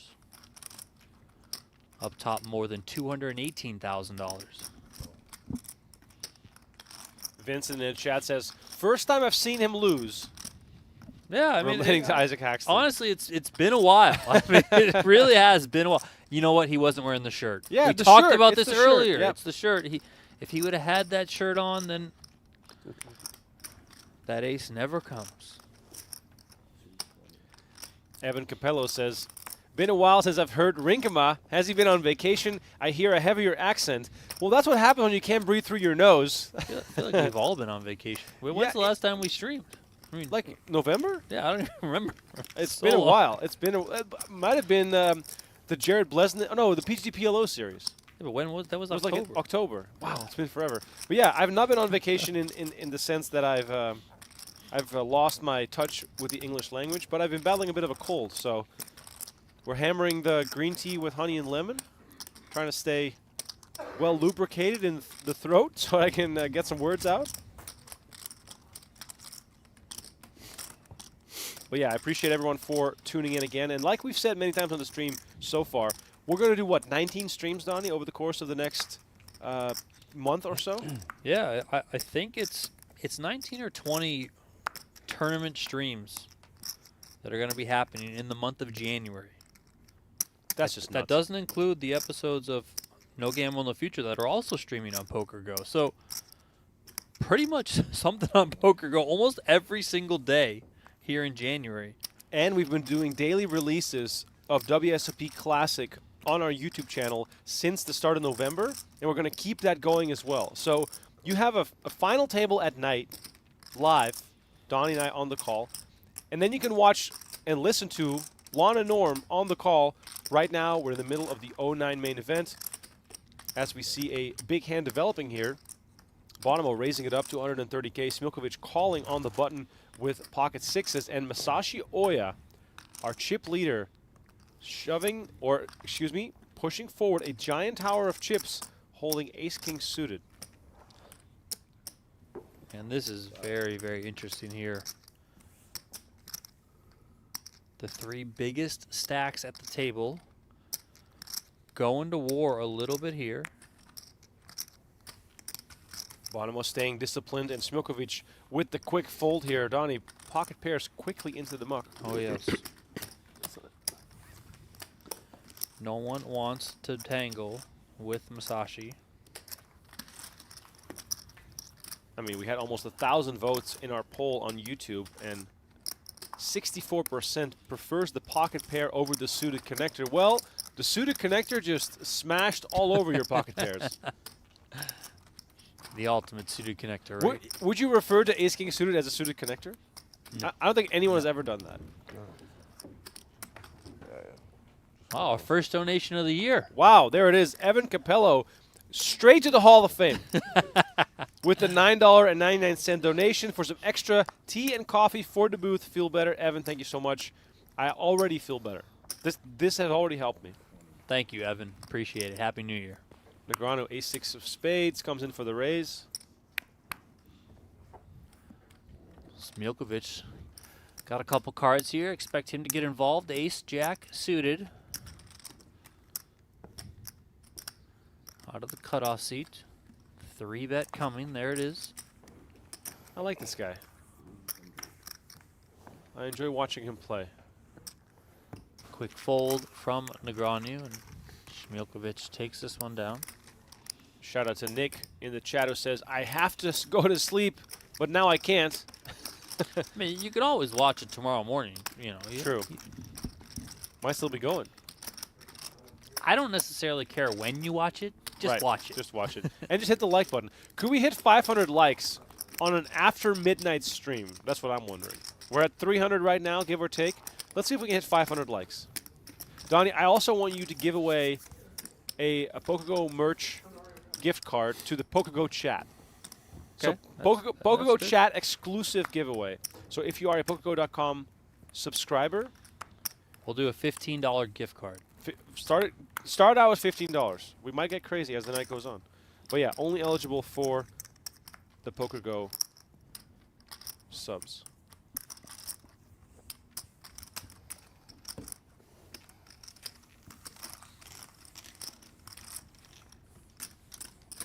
Wow, Jesus Sanchez with the $5 donation says, cheers, guys. Happy New Year.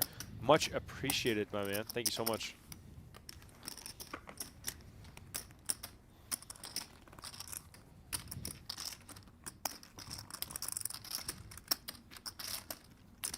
There it is.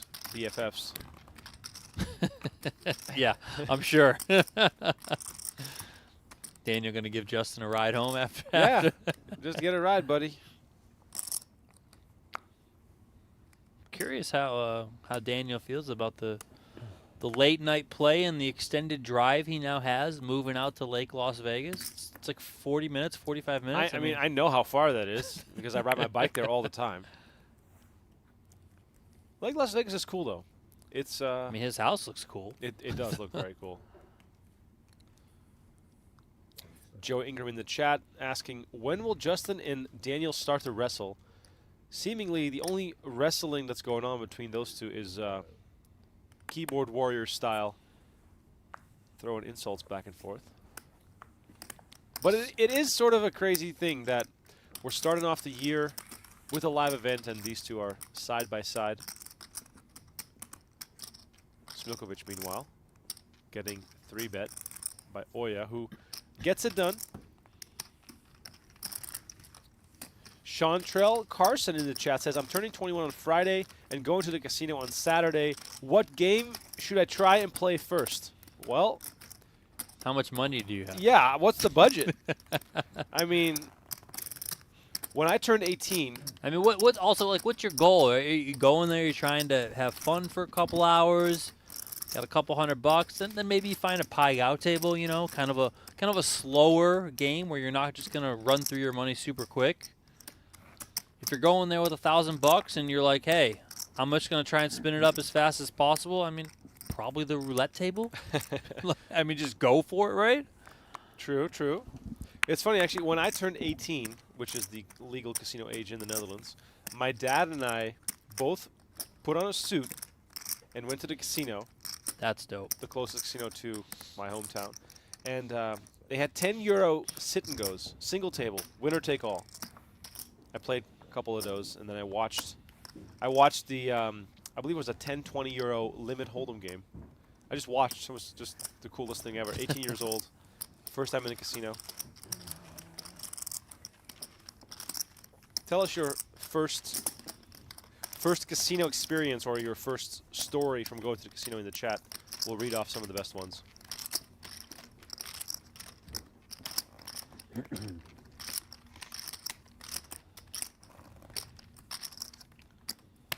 So far, Donnie, Smiljkovic has impressed me the most at this final table.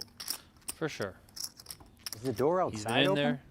He's been battling. Huh? Yeah, I'm cold, but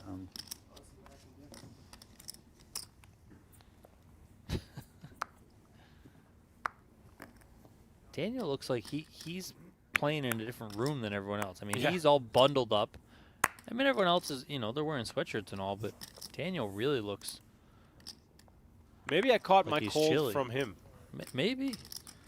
By the way, Daniel Smiljkovic, $5.2 million in career tournament earnings, 89 live cashes. This guy is no slouch, bracelet winner as well. And as we mentioned before, currently in the top 40, so we might see him in the PGT Championship. The points he's earning today will be very useful.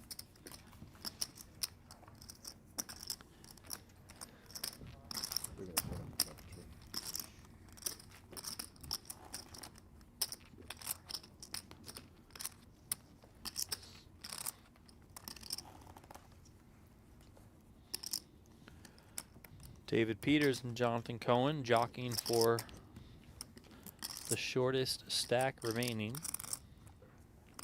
One of our guest users on the PokerGO chat, in reference to the first casino experience, says, I dragged my girlfriend who really didn't want to go. I lost all my money and she won $1,800.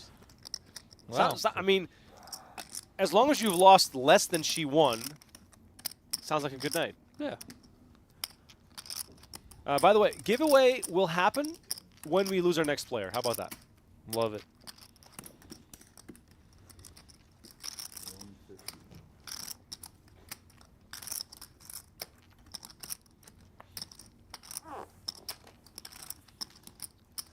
We got a bit of a squeaky chair action here, Donnie. No flatulence so far in the room. No, have not heard anything.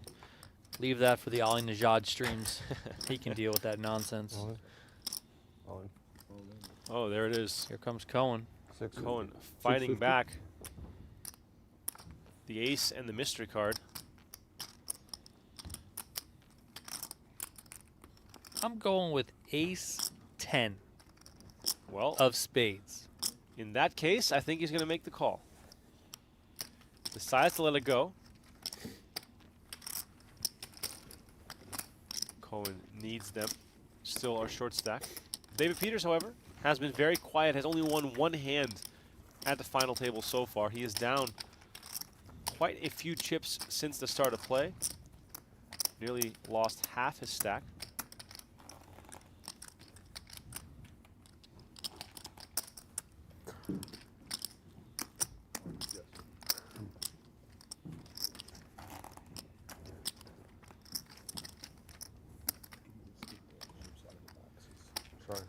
Exclusive on YouTube chat says, first time at a casino I was 18, legal age in Alberta, Canada, and we won the bad beat jackpot, I guess. It was small though, it was only $600. Well, hey, $600 is that's a good first trip to the casino. I can only imagine the stakes you were playing weren't all that high.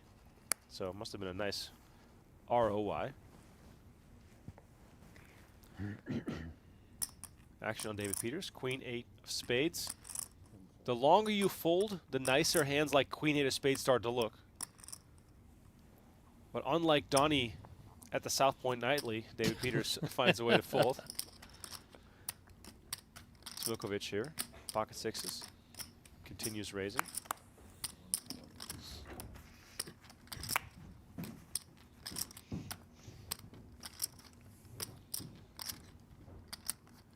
Action on Bonomo with ace-5 off.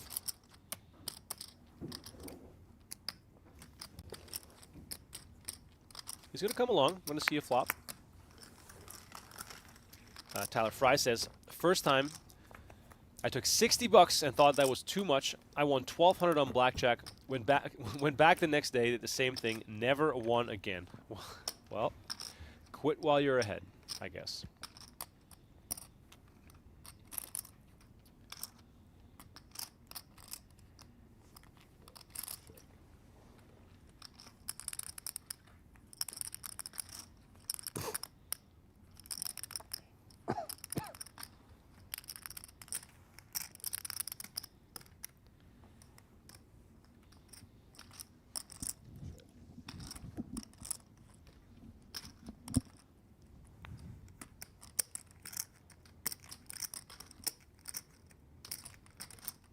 Smiljkovic pair of sixes still good here, but he's probably happy to see the full 5 without investing more into this pot. Queen of clubs completes the board, potentially slowing down things even more.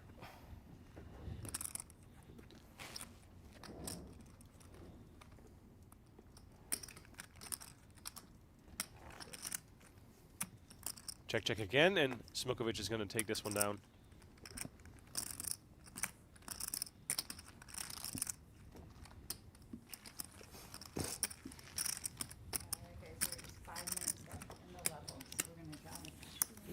Shout out to DJ on tour. Milko says, when I turned 18, my parents gifted me a €60 entry into a Holland Casino weekly tournament. Busted into the first hour, but had a blast.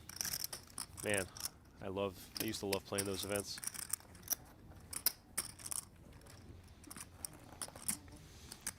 Questions about the payouts can be answered by checking the description on YouTube. $218,000 for the winner tonight. The final 6 are guaranteed $54,600. Dove is wondering, are all these streams going to be on YouTube? Yes, we'll have a ton of streaming coming up on PokerGO and on YouTube. Also, we'll be live on Twitch, and we're even live on a few other streaming services, which is kind of cool. We're trying to spread the good word of poker as far and wide as we can. We're live on Pluto, Zumo, Freebie, Local Now, Sports Tribal, Sling, and Plex. That's a long list, Donnie. That is a long list. Is there chat in any of those places? No idea. Peters, by the way, finally finds a playable hand. Ace-10 offsuit, raises it up. Masashi Oya will give it some thought here with the 5s.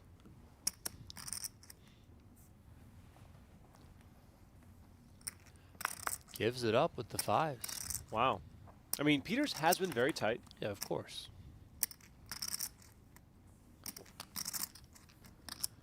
Oh, boy. Negreanu, ace-9 of spades.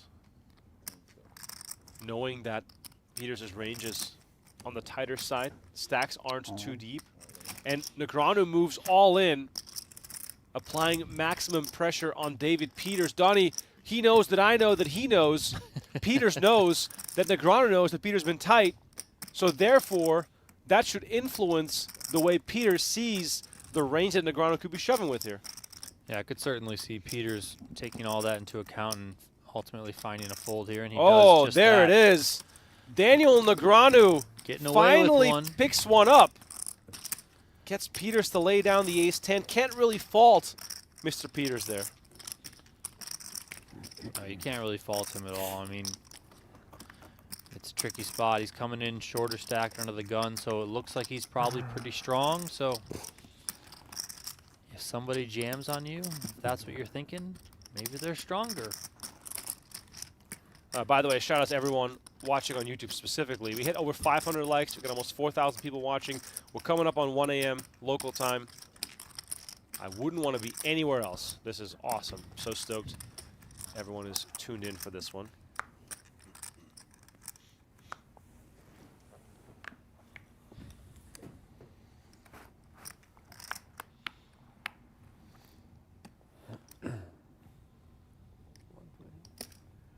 I love reading all these submissions for the first-time casino visits.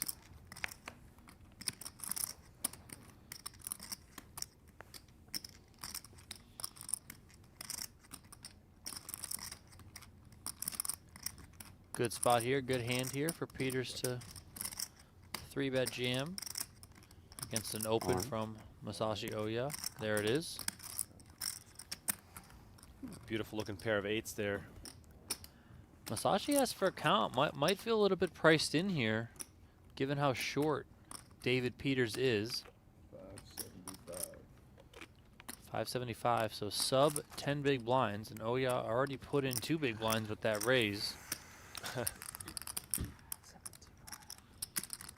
Oh yeah. Oya probably thinking, you know, if I'm up against the ace king, ace queen, something like that, I mean, I'm plenty live. Does give it up. Peters gets back what he lost on the previous hand, basically. Still virtually tied with Cohen as the short stack at this table. Unrecorded Knight is asking, how many cash and is this live? No, we're not live. This is me talking from the future. 13 cashed in this event. Nick Schulman busted just before we started streaming in 8th place. We have daily events for the next 6 days at the studio. I saw someone earlier asking, can anyone play these PGT events? Yes, anyone can show up and play. Donnie mentioned it earlier. The overall top points getters, number 1 and 2, that have not already qualified for the PGT Championship will receive entry into that $1 million free roll. So even if you have 0 points right now and you're watching this from Kansas City, you can hop on a plane, grind a little bit, maybe get lucky once or twice, and find yourself in our season-ending $1 million free roll, which starts on January 9th. We'll be doing 2 days of streaming of that event. It's going to be fun on day 1 to see the PokerGO subscribers. I'm looking forward to the seat draw. Oh, like how, yeah. you know, how it all shakes out. Who's playing with who? Where are the big stacks? Where are the dream seat qualifiers? Like, what, you know, how does that all break down? I'm really looking forward to that. We have 3 annual PokerGO subscribers playing in the $1 million free roll. If you're not yet a PokerGO subscriber, you get access to exclusive content, and you have a chance, like no one else, to be one of those players in that championship event next year. Cool. Yeah, those 3 annual subscribers: Albert Hart, Julio Clavel, and Steve Kearney. Are you, like, have we confirmed that they're in town? Are they coming? I'm pretty sure Albert, I don't know if he's in town already, but he was the first name that we drew, and he was like, emailed him, snap email back, ready to go. He was out here for the summer. He got to meet Tim Duckworth because he was playing some WSOP events. He's ready. He's in there. Love it. Oya and Smiljkovic here. We had Testing one. Caleb Hancock was the social media winner. We had a partnership with Run Good, where all of the Run Good ring winners from their events over the course of their season could compete in the Run Good Dream Seed Invitational. That was won by Jeff Lennon. 2 winners from a partnership with GTO Wizard, Ian Steinman. Oh, yeah. Everyone might know that name. Of WSOP fame. Yes. And Ryan Bell, Ian Steinman and Ryan Bell, won from GTO Wizard. Gonna have Ryan Garcia, the boxer, in partnership with Monkey Tilt.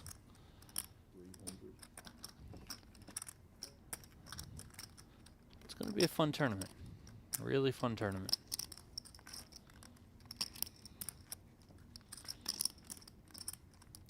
Meanwhile, Oya betting 90K on this Ace-King-Queen flop. Smiljkovic raising it up to 300,000. Love to see the aggression.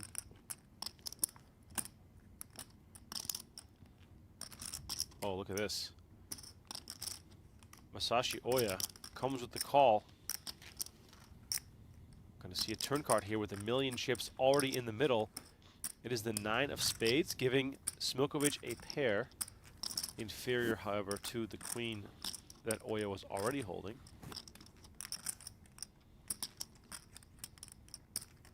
Donnie, is the 9 going to slow down Smiljkovic, giving him some showdown value? I mean, I'm not sure how much showdown value right. you think you have with a 9 after you get called on the check raise there. That check raise seemed a bit creative overall. 50. Smiljkovic is just going to continue on with this bluff, and look at this. Wow.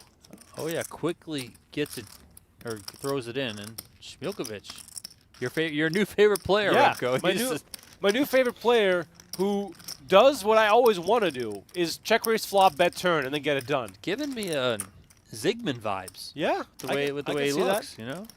Let's make sure he ordered a tequila. Maybe, you know, snort a line of salt, squeeze some lime into your eyes, lemon if you will. I've watched Jack 10 or Smiljkovic something? play on some Did you have, like, Triton Jack 10? streams. I don't Right, know. this hand, ace, king, queen, you check raise and you bet the turn. What did you, Jack 10? Maybe. Right? Or what else the fuck do you have? I have queen 10. Yeah. I mean, Smiljkovic's hand So really what? doesn't make sense Crazy. other than Jack 10. Right. You know, like Ace, Jack if he's 10? got like what, ace king, he's Oh, three wow. betting Oh, pre-flop, wow. right? You He's will not see. check raising with Folded like a big hand myself. ace 7 You stuff do? like that. Yeah. So I would have been drawing live on the turn too.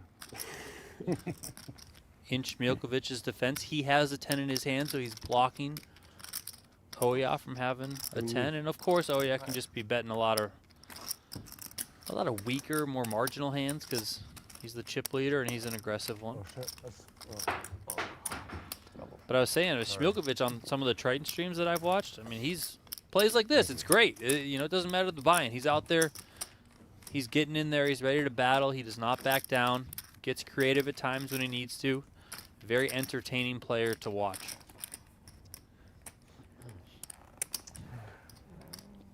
Donnie F Mod X is asking, how did you guys choose who gets to play in the PGT Championship for the subscribers? Random drawing. There you go. You had to be an annual subscriber last year. I think it was up until October or something. I forget the actual deadline. But if you were a PokerGo annual subscriber, you were entered into that sweepstakes. And if you got lucky to have your name drawn, then you got lucky. Didn't the first guy not believe it? Or there was One of them, I like thought it was like a joke, basically. I mean, you get a phone call and it's like, hey, you just won this thing to complete a $1 million. Oh yeah, sure, whatever. Yeah, I mean, there's enough scams going around these days, right? David Peters here moving all in with ace-10 offsuit. Smiljkovic looking down at king-queen off. Peters all in for fewer than 10 big blinds.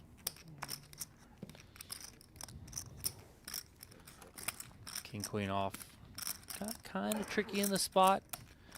Might be deemed too good. Also not something that you're like just totally fist pumping about because you are going to be behind some ace highs.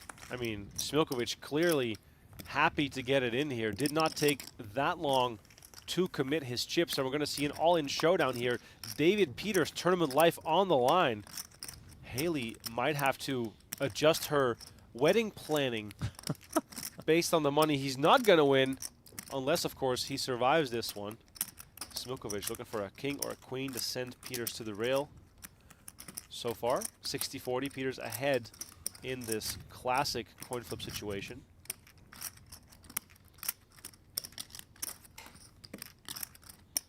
Let's see if Peters can fade the kings and the queens. Perhaps some straight possibilities as well.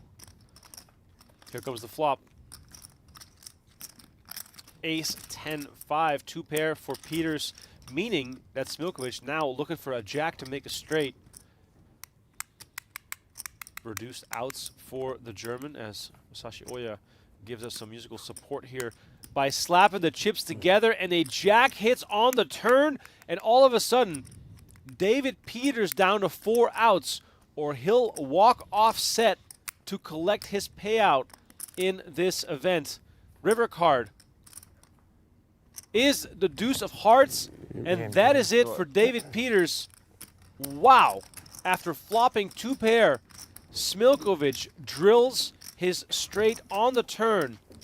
And all of a sudden, we are down to the final 5. David Peters, 10th on poker's all-time money list. He's seen it all before, but he will not be happy driving home tonight.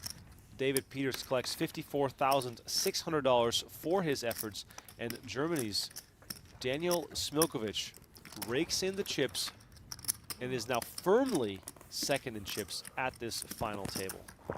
Wow.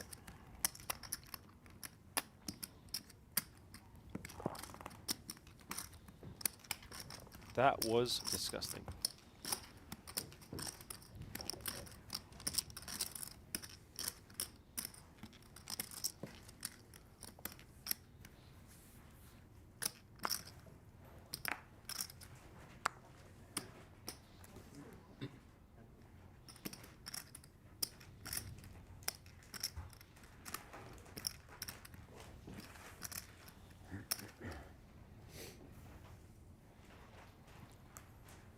Action folds around to Cohen in the small blind. Cohen, by the way, laddered up very nicely, outlasting both Haxton and Peters after having been down to just a few big blinds at the start of this final table. Yeah, Cohen, along with these other 4 players that join him right now, guaranteed $72,800. Next pay jump worth $91,000. I had queen 7. Up top, $218K.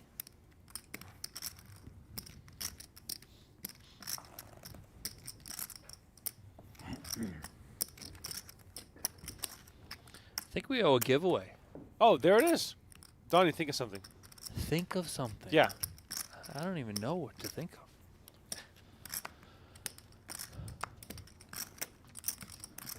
Well, I know a good easy question. Go ahead. With the PGT Championship coming up, and by the way, this giveaway only for people watching on PokerGO.com. Special giveaway for our loyal fans on PokerGO.com.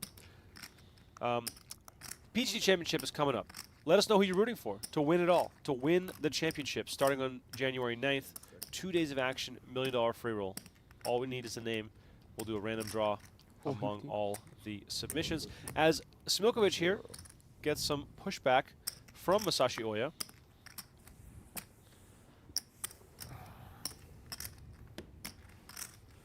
Bonomo and Negreanu folding from the blinds. Action back on Smiljkovic.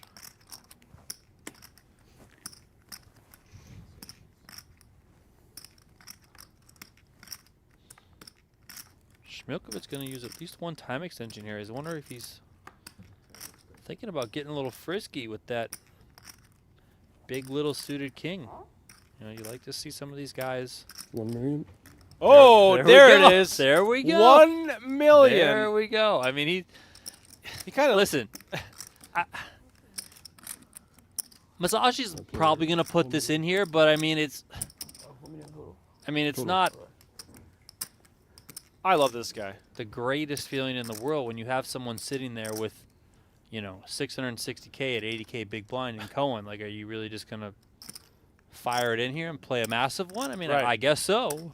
We know if he does rip here, Smiljkovic's cards are going to hit the muck faster than anything, but of course, Masashi doesn't necessarily know that. Oh, there it is. He moves There it is. all in. Smiljkovic quick to admit defeat, which I respect. I respect the raise. I respect the playing style. I respect the attitude. I This mean, guy, once he used the time extension, you knew it was coming, right? right, I mean, right. He's not just going to waste a time extension. We're going to let some of those responses roll in on PokerGo.com. I'll play a couple more hands, and then we'll draw a winner. You enter the giveaway by answering the question that Remco just gave, and that is, who would you like to win the PGT Championship event coming up on January 9th and 10th? You don't have to have a right answer. You just have to type something into the chat and submit it over on PokerGo.com. Giving away a $15 gift card to the PokerGo shop.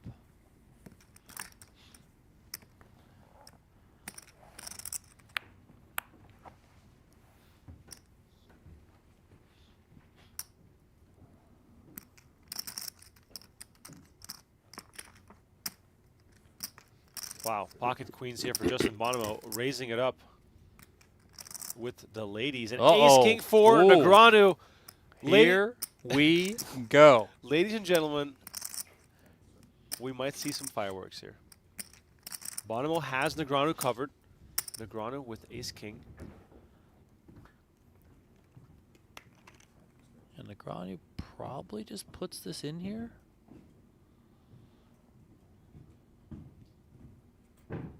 Absolutely massive implications here, as we are likely to see a massive coin flip There it is. between two of the most accomplished tournament players in the history of the game.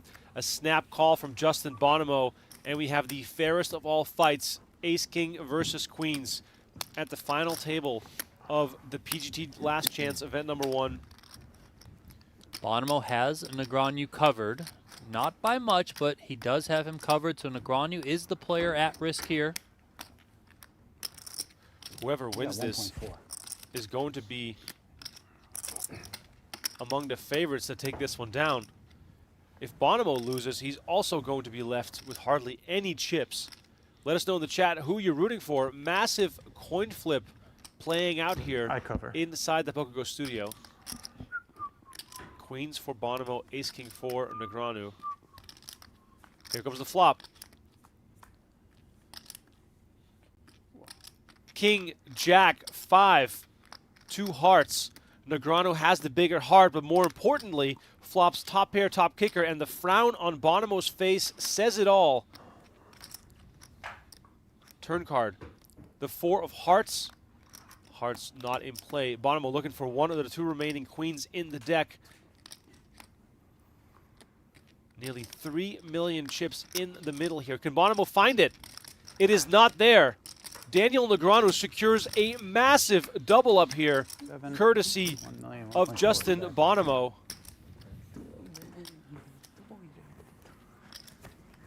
Absolutely enormous pot here, with 5 remaining players at this final table. $218,000 up for grabs for the winner. Justin Bonomo halfway out the door here, left with fewer than 5 big blinds. The hand plays itself there, especially given those positions, but Bonomo left feeling a little bit sicker than normal, given the chip stack that Jonathan Cohen has, knowing how short he is. Can't really fault either player there for getting their money in. Ace-king versus queens, as Remco said. The most classic of the flips. Daniel Negreanu on the right side of that one. It seemed like all of 2023, if you watched any of the vlogs, Negreanu was losing those. It's a new year, though. And is everything just coming around Negreanu? It is really funny to see how there was almost zero reaction from Negreanu. More expression on the face of Justin Bonomo.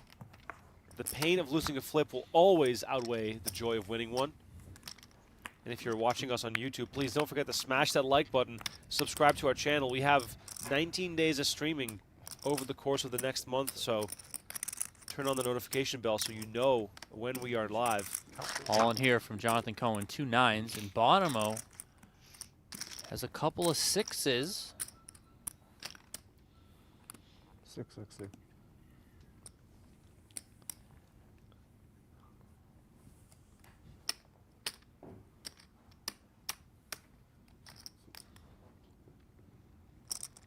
So wait, Cohen has 660,000 chips left, while Bonomo has 2 6s? Correct. I don't know, man. That's kind of crazy.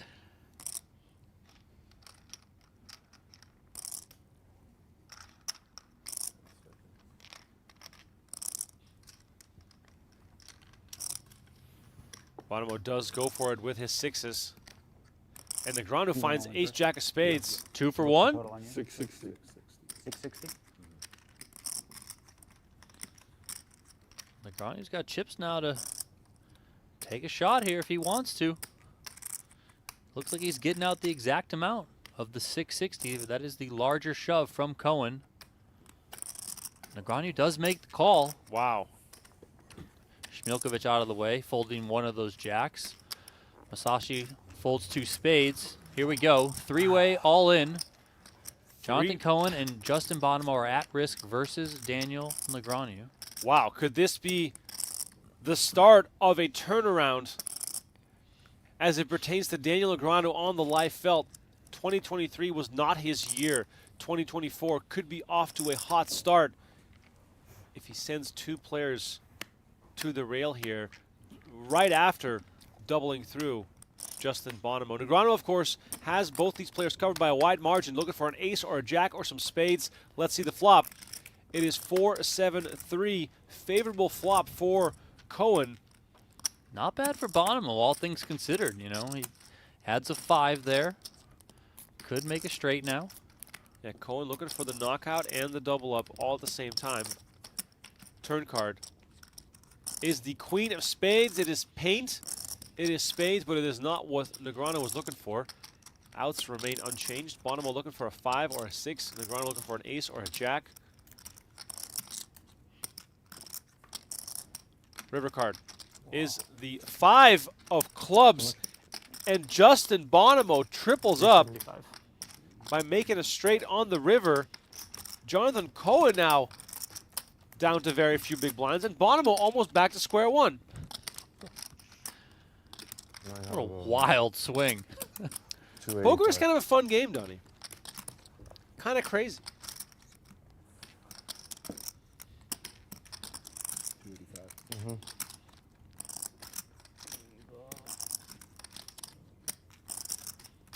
So Bonomo's Probably do the back main up pot over first, yeah. 1.3 million. Cohen's on just about what he started the hand with. He was all in for 660. He's going to have 570, so not too much of a change there. Although he was looking at a nice pot and a pay jump had he faded that river card. And Negreanu takes a little bit of a dent there, but still very much up on where he was 2 hands ago.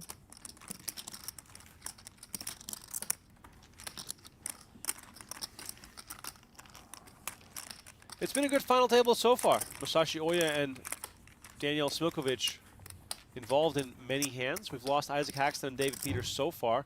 And now Bonomo tripling up to get back into contention. Jonathan Cohen down to just 7 big blinds.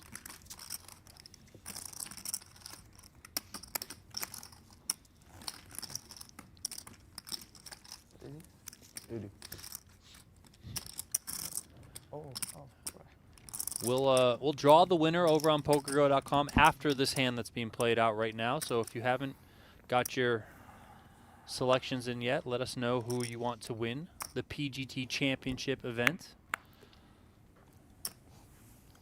All eyes now on Jonathan Cohen. Play might tighten up just a little bit. Negreanu, however, jack 8 of clubs. He's going to toss out a raise.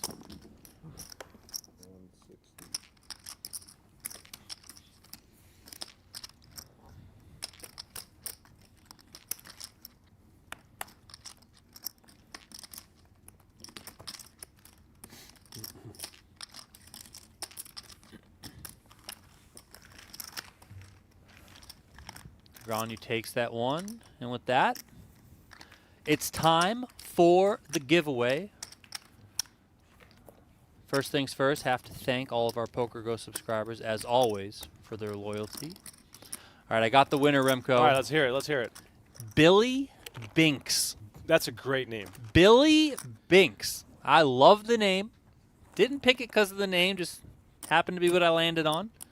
Said Isaac Haxton. All That's right. who he's rooting for. I mean, it's a foregone conclusion at this point. He's just warming up right now. Yeah, that's right. Billy, send an email to social@pokergo.com.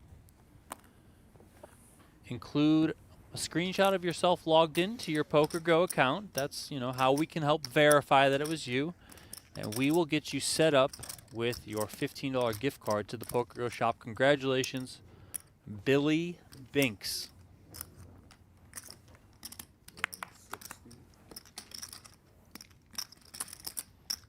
If I was a poker player, and I could pick my own nickname, Billy Binks is high on the list.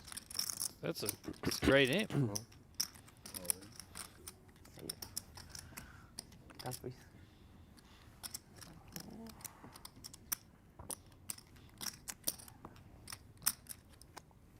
Oya here raising it up with 10-7 offsuit. Cohen moving all in with ace-5 of spades. Another spot where Masashi might just feel like he's priced in, and there it is. There's the call. He's going to be happy to see that he's got 2 live ones. Yeah, 10-7 versus ace-5 almost feels like a fair fight.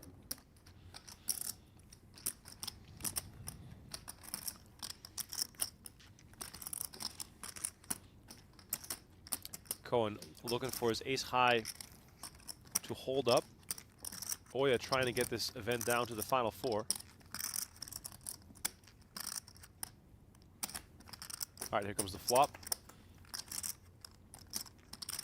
King 8-7, and Masashi Oya takes the lead with a pair of 7s. Bad news for Cohen, who's looking for an ace and an ace only, or potentially some backdoor cards to make a straight. Otherwise, he will be our 5th place finisher. Turn card, the Jack of Spades that reduces his outs to just 3 on the river. Jonathan Cohen from Canada. River card, 7 of spades, and that'll do it. Jonathan Cohen was 1 card away from sending Bonomo to the rail and doubling through Daniel Negreanu, but a 5 on the river gave Justin Bonomo a straight. And just 2 hands later, he finds himself on the rail, and we are down to the final 4 players. All right, how many hands? How many hands? Really was a great showing from Jonathan Cohen. I know ultimately didn't work out in his favor, but didn't have a lot of chips to work with for this final table, but did the best he could and just got unlucky in the end. What are you going to do? That's tournament poker. Could be worse. Final 4 players have locked up $91,000. Next payout will take us into 6 figures, $113,750 for 3rd place. Yeah, and Jonathan Cohen collects $72,800 for his 5th place finish. 2.1. And of course, everyone who cashes in the first event is going to have 2.3, like 2.4. motivation added to keep chasing the points. You're welcome. Bonomo again, the short stack, 14 big blinds. Oya, the big stack with 61 big blinds. So this tournament far from over.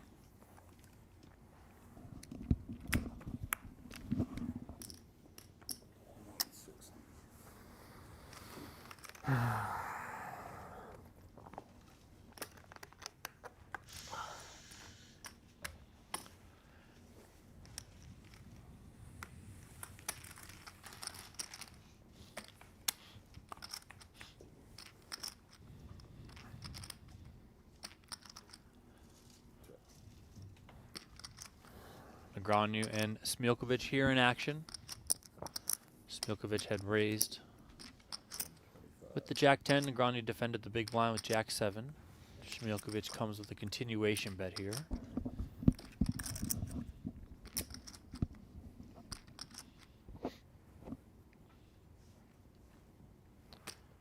Daniel hasn't folded yet and looks like he's counting out a check raise.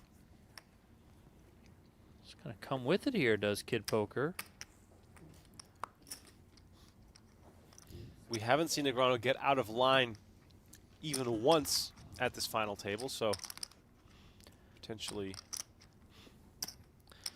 Yeah, also an interesting spot here for Smiljkovic. He has that gutter to a straight. He has the 10 of hearts as well. Does make the call in position. I mean, Negreanu must have a game plan for the case in which this happens, that we go to the turn. Donnie, can Well, you... I would say backdoor diamonds are very much in that game plan. Of course, of course. But can he continue to fire on this with confidence? I think so. You know, you pick up the equity here that you're likely looking for. Can continue on through. Only 1.9 million left with 1.1 in the middle. We'll see how he wants to size it, because he's got 1.9 million, like you said, 1.7 or 1.17 in the middle. So maybe he sizes it where then he sizes up a shove on the river. Here he comes. What's that, 450, 475?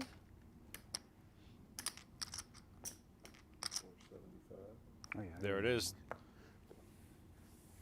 475, and that gets it Look done. at that. Very important pot here for Negreanu. He is now up over 3 million chips. Second in chips at this final table.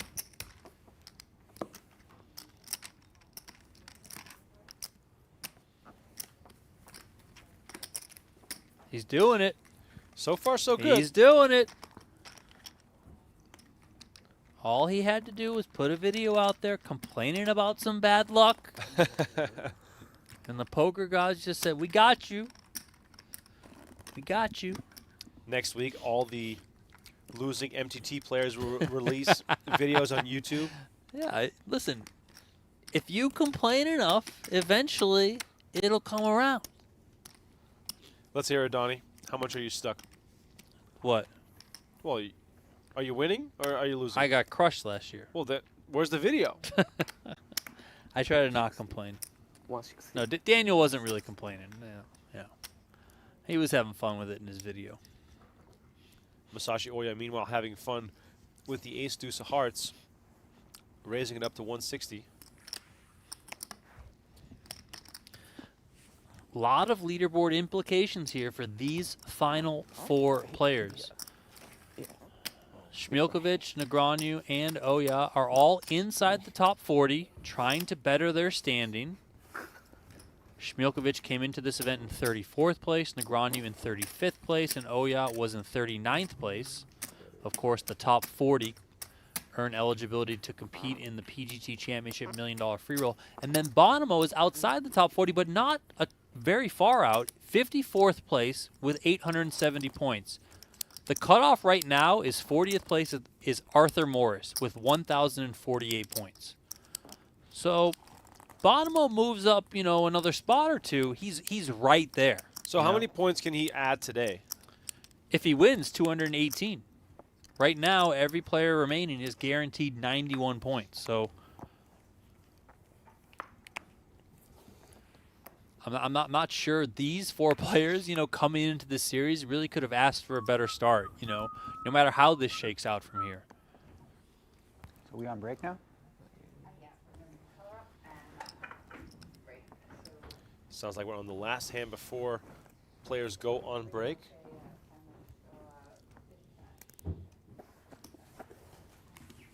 No race? No race. Basta.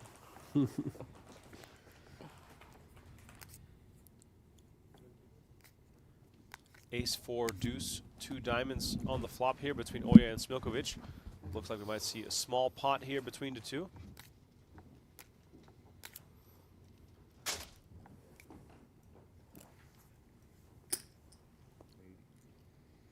Smiljkovic with the bet.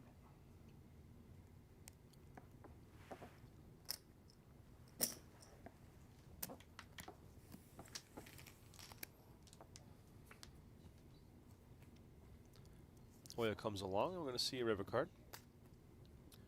Smiljkovic jack is best here.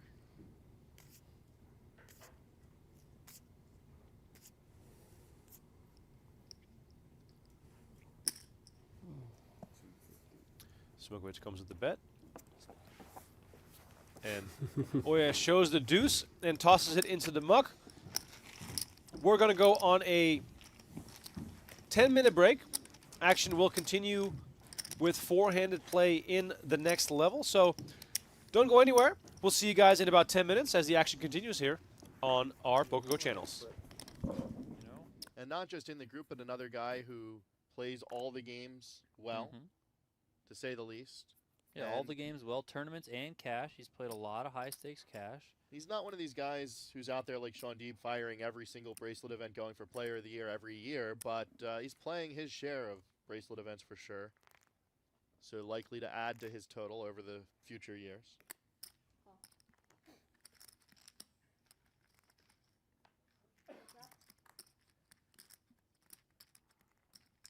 Osmus limping it in, Yaki making it 240,000 in the big blind. Osmus calls with a queen 10, 8, 5 and picks up top pair and some straight possibilities on this queen jack jack flop. Yaki wrapped around that board. Also the nuts about spade as good draw. as you can get without actually connecting with it.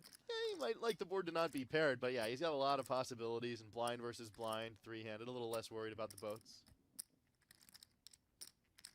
Though speaking of Schulman, that stud final table last year, one of the more entertaining WSOP final tables with the old school cigar and sunglasses look.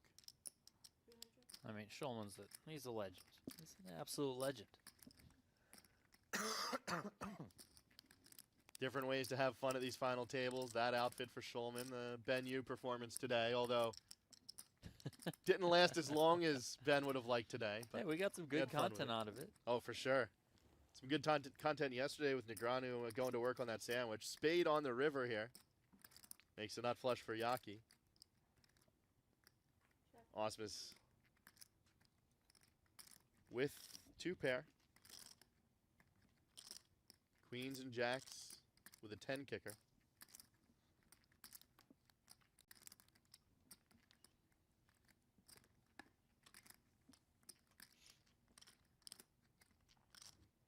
Yaki deciding how much to bet with those spades, looking for 500,000 from Osmus, who does block a spade.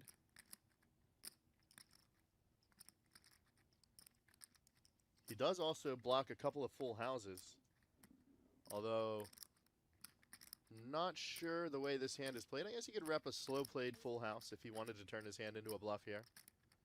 He has some of the properties you might look for. 2 million. And 2 million, the raise from Osmus. He's going to put Yaki to the test with that nut flush. This looks like he's gonna fold, but Yaki unblocking all the pairs on the board and blocking a missed straight draw. Immediate time bank. He's going to need to think this one over. very tough spot here for Yaki. We were talking earlier about who's capable of coming with a big bluff, and we mentioned both of these two, and Osmus doing it right here. That's also what makes it tricky is that, you know, Yaki knows Osmus is capable, right? Anytime you're more capable of doing things that aren't the nuts, then it's harder for you. Yaki just asked how much Osmus had left. I think mainly looking to see what he's left himself if he loses this pot. You know, how much is he risking right here? So Yaki in this situation, obviously Osmus representing a full house. Yaki doesn't block any of the full house possibilities, so I don't think Osmus is making this raise with a weaker flush. So Yaki might be better off calling with a weaker flush that blocks some of the full house possibilities. That's what he's got to work out and think through here. The strength of his hand versus the blocker effects of his hand. And how that fares against Osmus. I don't believe Yaki had too many time extensions. Maybe 3 or 4 of them. I don't see any. They're behind this graphic over here. I think there's 1 there, 2, 3, and then 1 was pulled in. So okay. Oh, and he lets it go. Osmus gets it through. A big bluff from Jeremy Osmus, and he takes down a pot more than 3 million. Of course, 2 million of that his on the end, but grabs 1.4 million. When you call the turn, I'm like, 100. If it was like 3 Bitcoin, like no, then it would be. No, I'm being serious. Like, it shouldn't factor in your decision making that much. I mean, sure. it depends when you buy the Bitcoin. Like, if you really want to go play golf, buy it today. You should live your life. What if you buy it a year from now? Then it's like a 0.1 Bitcoin bonus. Yaki bullish on the future price of Bitcoin. Yeah. Fox and 2 kings off the short stack. About 15 big blinds. Not the shortest at the table. Facing the open will bring the 3-bet. Blind versus blind. Those kings strong enough to pump up the pot. We'll see what Marin wants to do. The ace jack 10-9. Why would we bet this dollar? yeah, Marin here. Oh, gotcha. Big stack, probably enough of a hand, and Foxen probably not deep enough that I think I expect Marin to take a shot here and try and knock out Alex Foxen. Like maybe, like if he cares about that for ego. But If this were yesterday with the progressive bounties, there would be You're no in doubt there. about it. 100%. I like to try that. Marin, plenty of chips. I'll get the burger. He does stick it in, and Foxen's tournament life will be at risk with the King-King 7-5. He is a slight favorite, but really just a flip here between these two, blind versus blind. 1.1 million in the middle.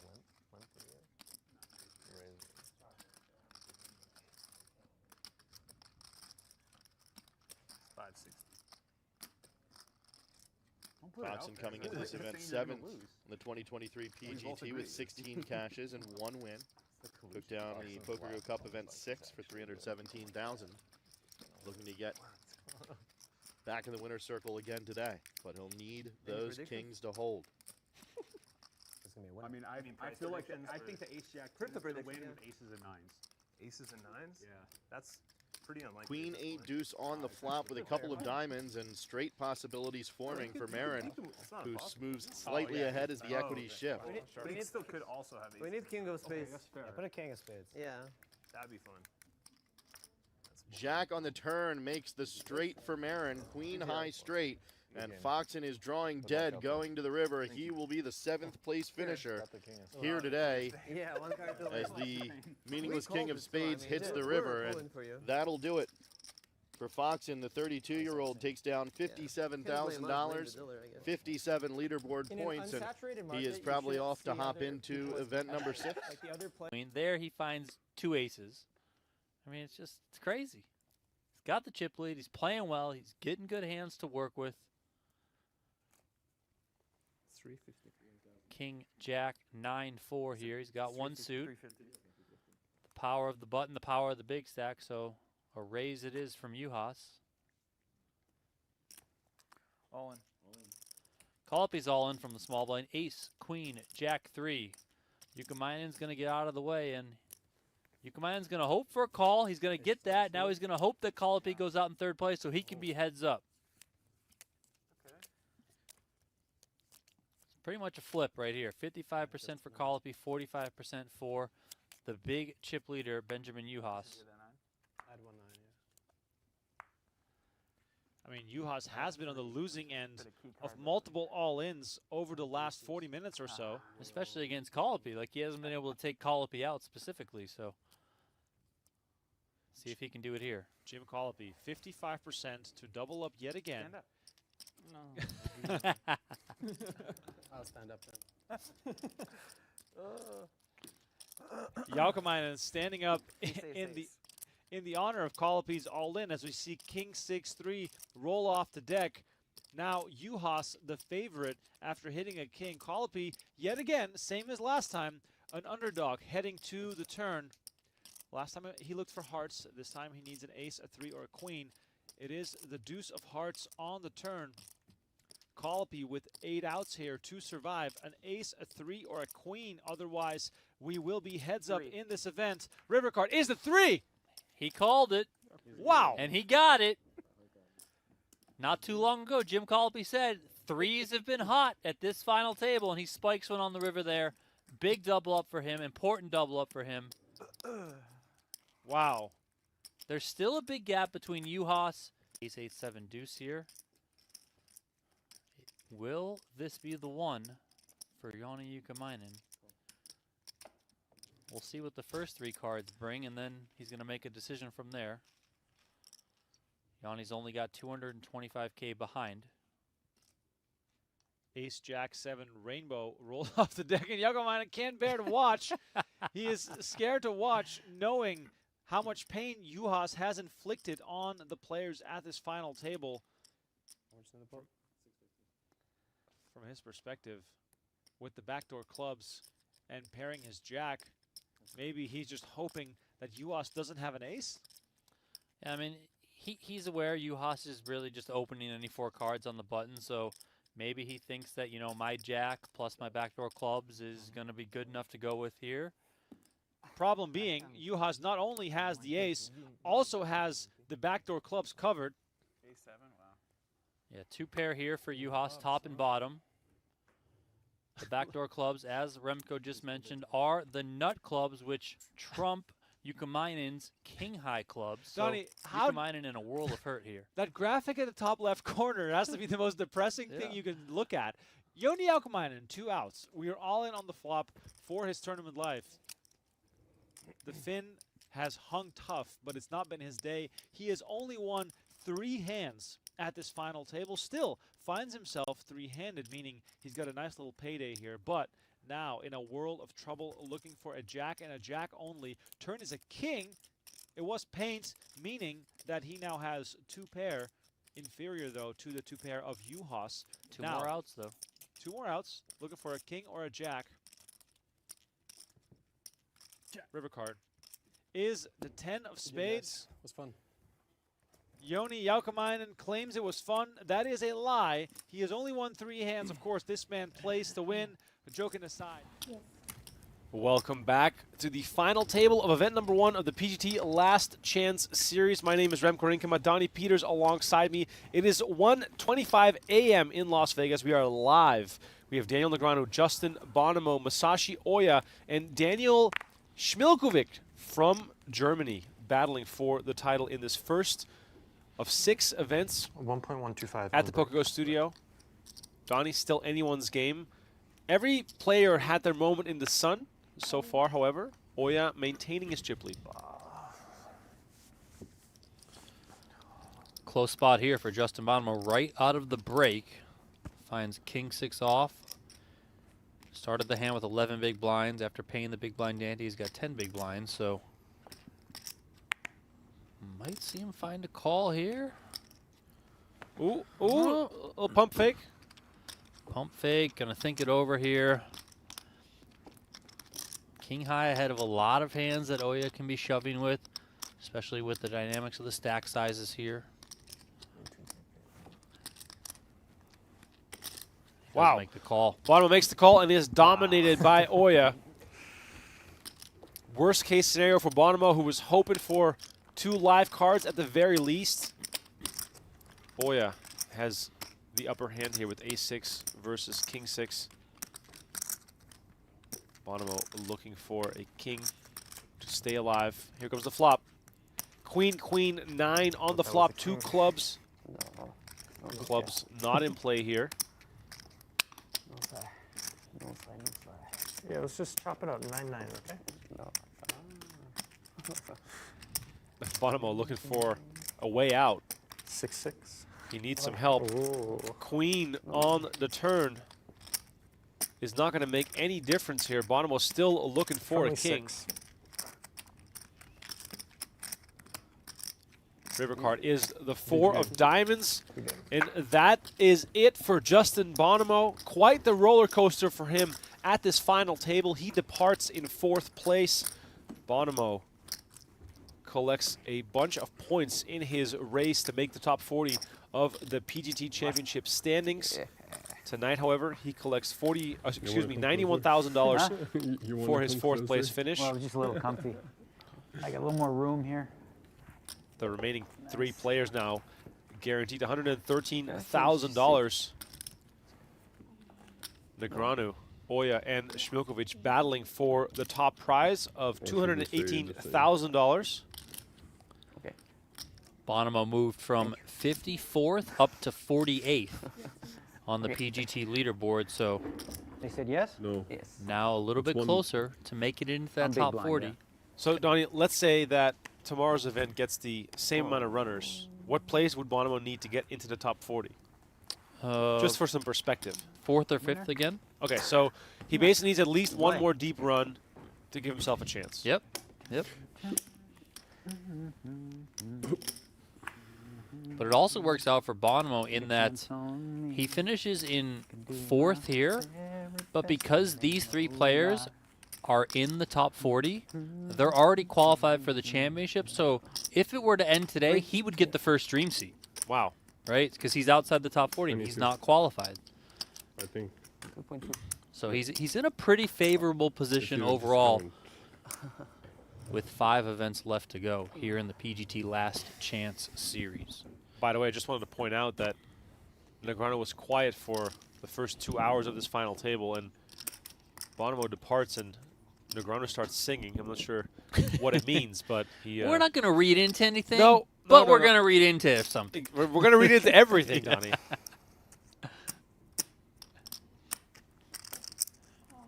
All in. Smiljkovic has a very high gear, and he moves all in. I see ace-10 here for Negreanu. No. And queen deuce. Queen deuce? Stupid solvers. Yeah, stupid solvers. Big little, huh? They love the big little. What can you do? Yeah. Just go Oh on. my God. Bet and pray. Daniel Smiljkovic risking it all. With Queen Deuce, graphics are confused by the shove as well, so it seems. The German is at risk here versus the ace-10 of Negreanu. Oh my god, deuce-3 king. Smiljkovic spikes a deuce. And Negreanu might be whistling, but he might be halfway out the door here because he's going to need some help here. Stacks fairly close. Negreanu does have him covered. Negreanu has about 700,000 chips left behind if he were to lose. 8 of hearts on the turn. Not going to change a thing. Daniel Smiljkovic well on his way to a massive double up.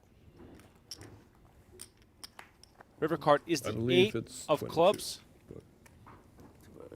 And Negreanu takes a massive blow to his stack. Donnie, what did we just witness here? I don't know, man. It's 1:30 in the morning. Sorry. 2.2? 25. 2.225? I gave you. Huh? It was a discount. Yeah. Wait. 2.225, right? Yeah. I think you said discount. I was Yeah. like, Well, because I only said 2.2. yeah. So I had to pay more. That's the opposite of a discount. True. Little upcharge there from the German. I'll try. I tried to give you a discount. I think that's better. Yes, that makes sense. Negreanu, however, still has some chips to play with. Yeah, I think he's got 800K exactly. I mean, I've seen bigger comebacks. By the way, if you're just tuning in, three-handed battle ongoing. 218K up for grabs. Don't forget to like this video and subscribe to our channel. It helps us to spread the word. We're streaming live every single day this week. Donnie and I are going to be on the call every night with a final table here of the PGT Last Chance series.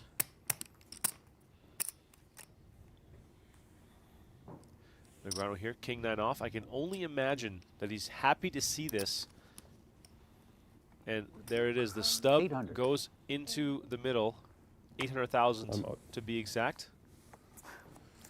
Check fold. Ooh, it's a famous hand. No. Oops.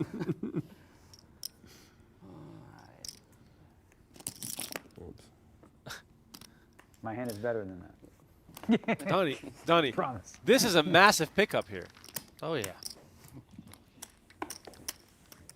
He gets 250K, which, for him, nice boost to his stack. What's more important right now, Donnie, for Negreanu? Winning this event or the points of laddering up perhaps one more spot? I mean, I think the points, you know, but with the points, or with winning the event comes the most points, right? You know, Negreanu's been open for many years that he's not necessarily playing these 10K events for the prize money. He's more in it for the competition. The PGT is a giant competition for an entire year. He certainly wants to make sure that he qualifies for the championship event, and winning this event, getting the most points possible, gives himself the best chance to do so. Second one's either Oh, very good or very wow. bad. It is. Ace 10 again. Here we go again. Okay. Ace 10 for Negreanu. Is the second time the charm? That's the question. Masashi Oya puts him at risk here with King Jack offsuit. 950. Thank you. Let us know in the chat. Do you think that Negreanu is going to be able to find a double up here and fade the outs his Japanese opponent has? Negreanu needs to hold up here to stay alive in this event. Here comes the flop. 10, deuce, 9. Fun flop. It always feels good to pair your card, but not really when your opponent adds some outs, because Masashi Oya now can hit a king, a jack, or a queen. 10 outs twice. Turn card is the king of spades, and Oya does hit one of his outs. Negreanu now down to 5 outs, or we will be down to heads-up play. 2 million in the middle. River card is the ace of There it clubs. is. Lucky me. 950. Thank you. Wow. Daniel Negreanu Business. back in business indeed. He is back up to 2 million chips. And play continues here as Kit Poker is still alive here. Good old Barry Greenstein, ace on the river. coming home for Kid Poker. It's a brand new year. Forget about that $2.2 million loss last year. It is 2024. Negreanu's going to the top, baby. Blinds, of course, big here. 50K and 100K. 20 bigs for Negreanu is going to feel like $1 million. But he's still got some work to do, as both Smiljkovic and Oya have him covered by double the amount.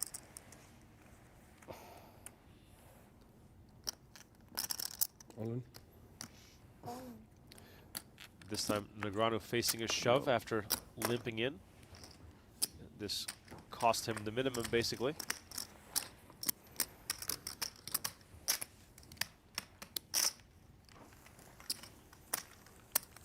Oh, Smiljkovic is starting to fade. The question is, how do you dose your caffeine at this hour of the night?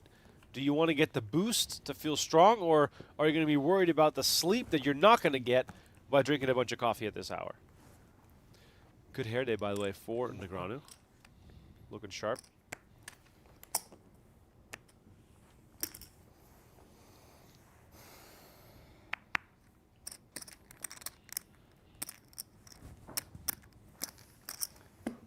Every hand plays so big right now, and those blinds and antes just keep coming around so fast with that 100K big blind ante in play as well.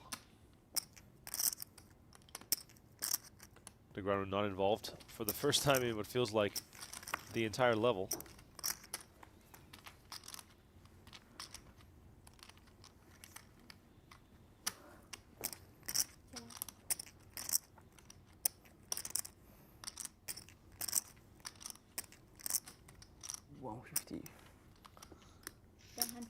Yep.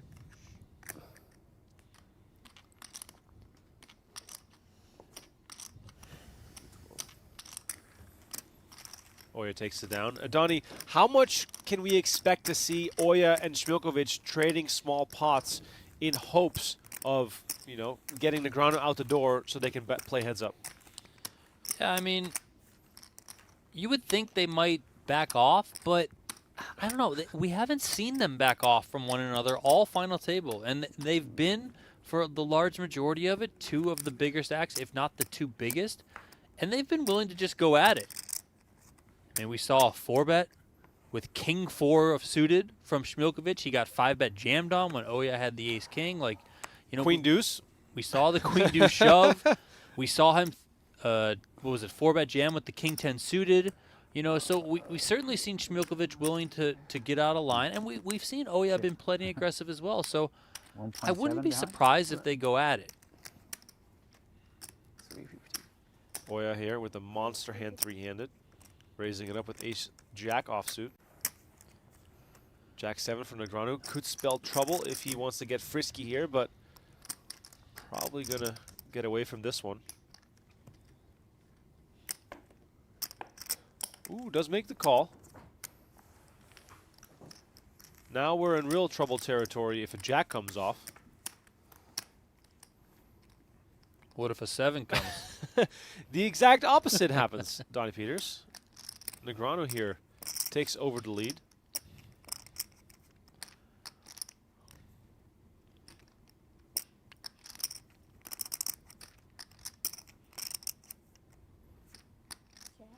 It's going to be a tough spot here for Masashi. That flop probably favors Negreanu more given the pre-flop action and the positions here.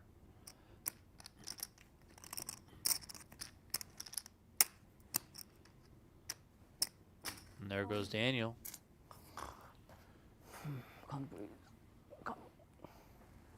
He said can't breathe? Did he say count please or can't breathe? Either one. I hope he said can't breathe. That would be perfect. We've seen this a few times before at this final table. You know, Masashi gets a count, kind of looks a little bit pained, but, you know, he's ultimately not called.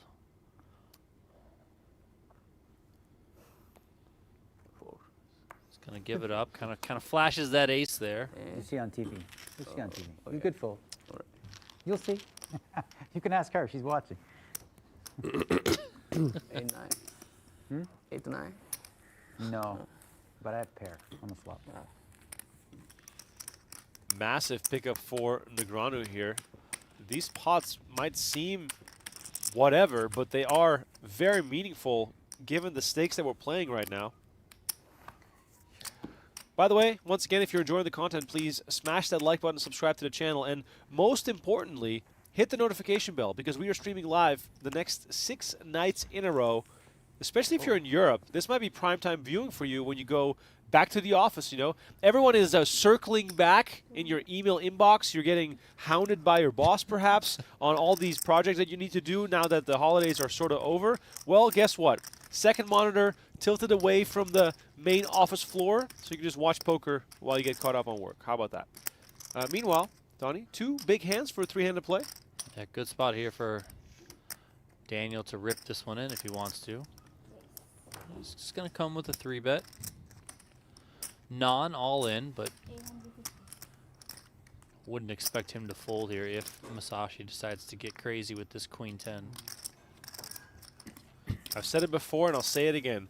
3-handed tournament play is my favorite type of poker. The dynamics are just so exciting. There's always something going on, especially with the chip stacks changing so quickly, the blinds being so high. Every single hand is meaningful, and I am glued to the screen right now to see whether Negreanu can make a comeback here. Another good pickup there for Daniel. All these pots, even if you're just picking them up pre-flop, you know, they're worth a couple 100,000 chips. 4. What's that? 4. Congrats. Good job. Thank you. Actually, a tiny bit more. That's good. 4.2 or 4.3. Let us know in the chat if you got an email from your boss over the last 48 hours that mentioned the words circling back. I feel like that's been the theme now that we're all back to work. Ace-deuce 4, 2 clubs. By the way, people watching late at night as well, Thomas Carter says it's almost 4 a.m. here. Must be on Central Time. Appreciate everyone from all around the world supporting our channel. We have an incredible amount of live streaming going on in January to go along with our releases of the WSOP Classic episodes. We got some new hands being released as well from No Gamble, No Future in the not-so-distant future. Meanwhile, we've arrived on the river.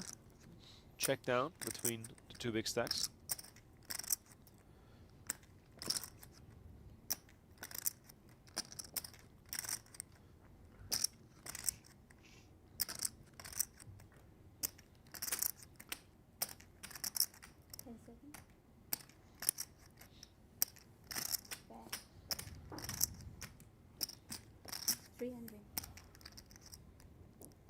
Smiljkovic is trying to steal this one. Oya, however, only left with just jack high, so not an easy call to make at all.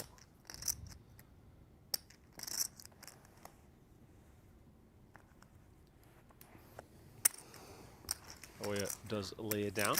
Smiljkovic now officially in the lead, Donnie, for the first time tonight.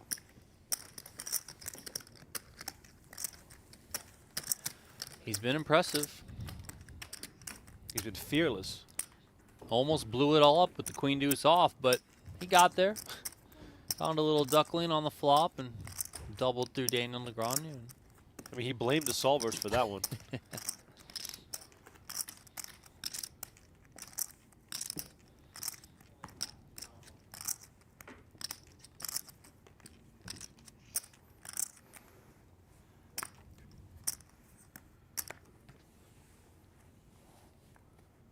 Like I said, the stakes are high. We're playing 50K and 100K with a 100K big blind ante.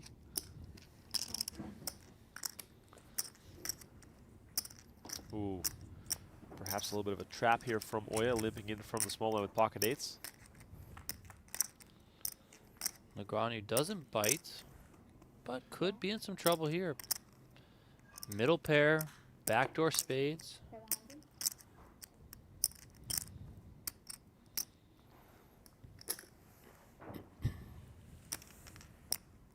Oya comes along here, disguising the strength of his hand. 9 of diamonds on the turn.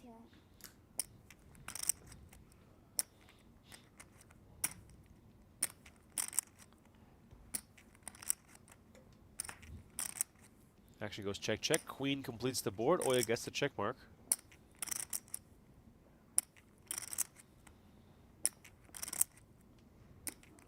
Check. 8. Huh? 2 8s? Oh, I thought 8. 8. You went. No. Good hand. 8, what, 8 high?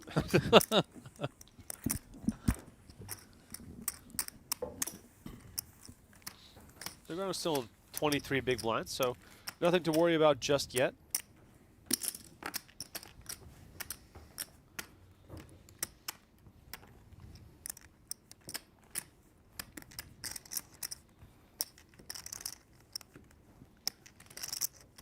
This might be my favorite structure knowing that we have. Here. We'll get you out of here.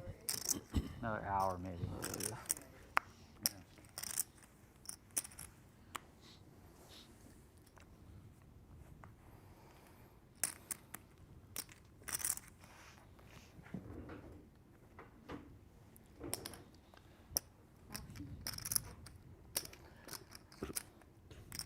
Given what we know, Donnie, about the playing styles of both Smiljkovic and Oya, if you're Negreanu, how would you approach this? Because you're a huge underdog given the stack sizes. These players are both aggressive, and you've seen that. How do you just not get blinded out? Because there's only so much risk you can really take.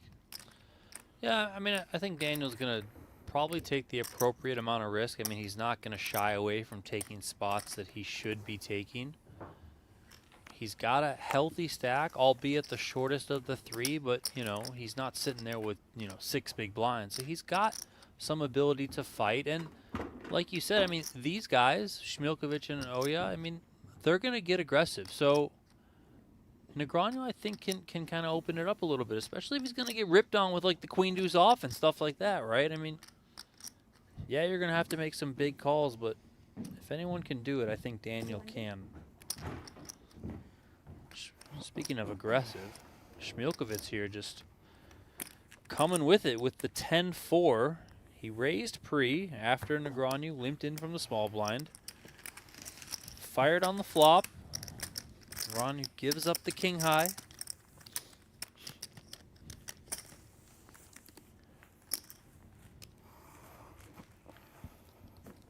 Negreanu now on 20.5 big blinds. But he's got the all valuable button. Smiljkovic chip leader. But only by fewer than 3 big blinds over Masashi Oya.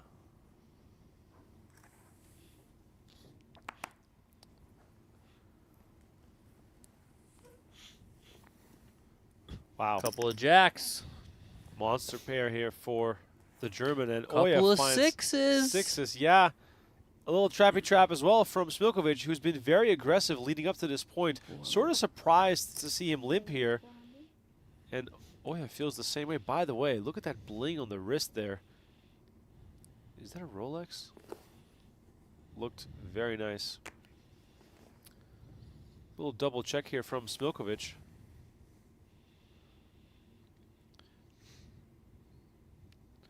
How big is this re-raise going to be?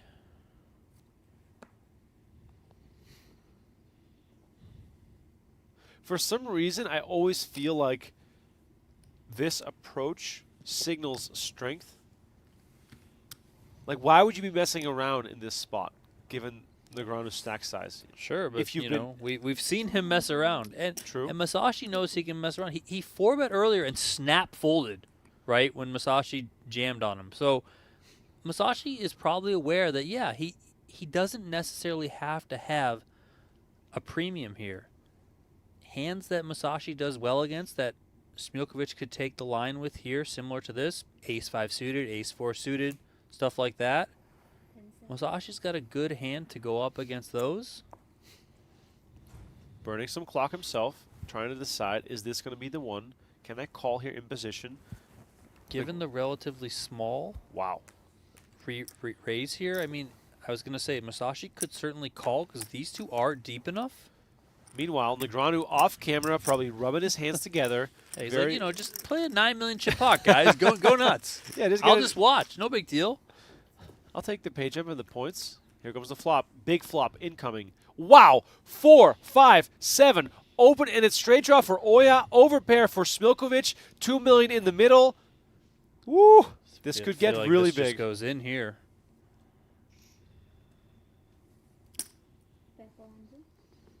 $400,000. Yeah, comes small, 20%. Yeah, very small here from Smiljkovic. Is this almost too small, Donnie, to jam on this? How strong is it going to look if he makes it, whatever, 900 or a million? Oh, wow. He shoves. Snap call by Smiljkovic. $9 million, Donnie. You predicted this. Jeez. All the money is in the middle. Can I get a shot at Daniel Negreanu? There it is. He is stoic, but he is loving this. Whatever happens, either we're down to heads up or we're three-handed with Smiljkovic down to 375K. Masashi Oya has 10 outs twice here to hit a set or a straight and to rake in an absolutely massive double up and grab an enormous heads-up chip lead. Ace of spades on the turn. That is not going to do it. Oya needs to hit or else he will be eliminated. Smiljkovic still in the lead with his pair of jacks. River card is the jack of spades, adding insult to injury. A set on the river for Smiljkovic. We're just going to verify these stacks here, but it seems as though Daniel Negreanu is now heads up with Daniel Smiljkovic. Wow, what an insane hand. Masashi Oya, chip leader for almost the entire duration of this final table. And then one hand just turns the tables entirely. And Negreanu, of course, happy. I am big for the small. To get the heads up play. And then you play the big. Sweet.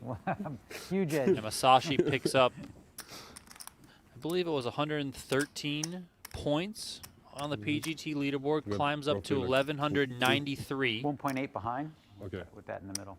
Currently sitting in 32nd place, but both Daniel Smiljkovic and Daniel Negreanu will jump him about 9.3 after this result. So seems about right.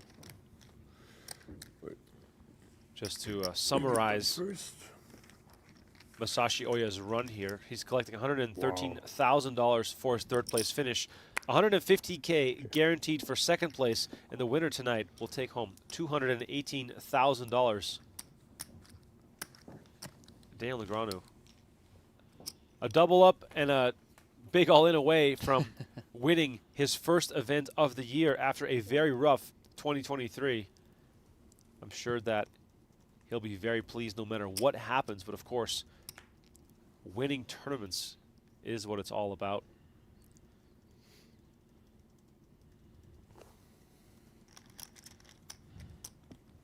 Negreanu hits a 6 here, adds a 3 on the turn, 2 pair versus the deuce of Smiljkovic. If you're just joining us, please smash that like button. Let's see if we can get to 1,000 likes here on this late night stream from Las Vegas. It is almost 2 in the morning. These guys have been playing since noon local time, so it's already been a 14-hour day for these players. Okay, what is it now? And we're streaming live every single day this week. Oh, 150. Okay. Smiljkovic, a little surprised by the yeah, that's a good jump. blind increase. That's meaty. I know, right? Yeah, let's go. That's Tim Duckworth saying, let's get this over with, boys. yeah, let's go. Pocket threes here for Negreanu. I'm All all of a in. sudden, this becomes a shoving hand, and there it is, 14 You big can blinds have into the middle. They gave me a pair. I put it in. Wasn't very big. Didn't need to be. Yeah. 75?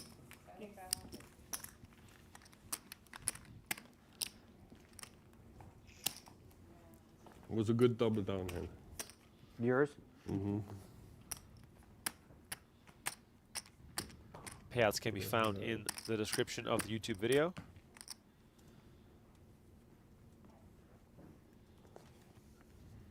Negreanu on 16 big blinds, Smiljkovic on 59. Ace-4 off here on the button. All in. Moves all in, applying maximum pressure. Negreanu snaps it off with ace-jack offsuit. Ay, ay, ay, indeed. Negreanu here trying to double up to get one step closer to being even in chips. Negreanu needs to hold up here with ace-jack. Smiljkovic with a chance to end it, but he is a sizable underdog. Here comes the flop. 5, 10, deuce, 2 hearts. Cut shot possibilities looming here for the German. Jack of spades on the turn. Now Smiljkovic looking for a 3 and a 3 only to end the tournament. If not, Negreanu is going to double up again. River card is the king of spades, and Daniel Negreanu doubles up again. Wow, what a final table, Donnie. Yep. It's been fun from start to finish.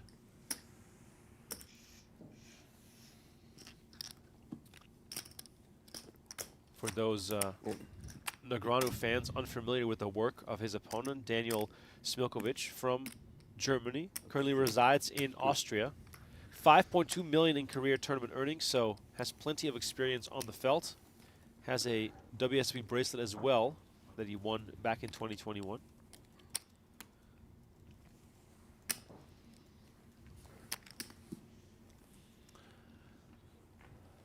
Still the underdog, Donnie.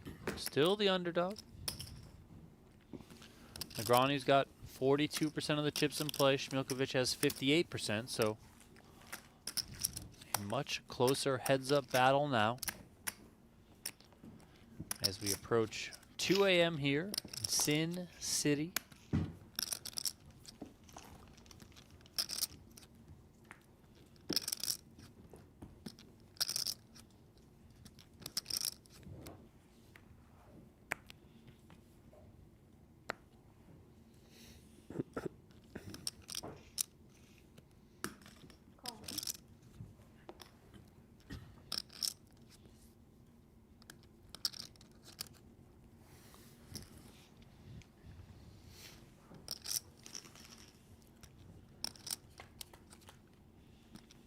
Finally, some room to play flops again between these two. Negreanu on 31 bigs, Smiljkovic on 44, so that means that they have a little bit more room to tangle post-flop. Still, keeping the pot small, though.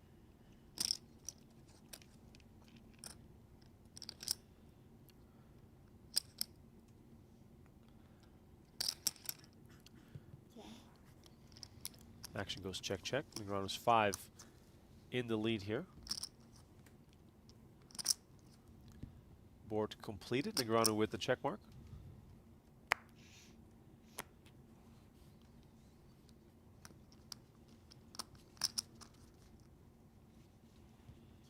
Check.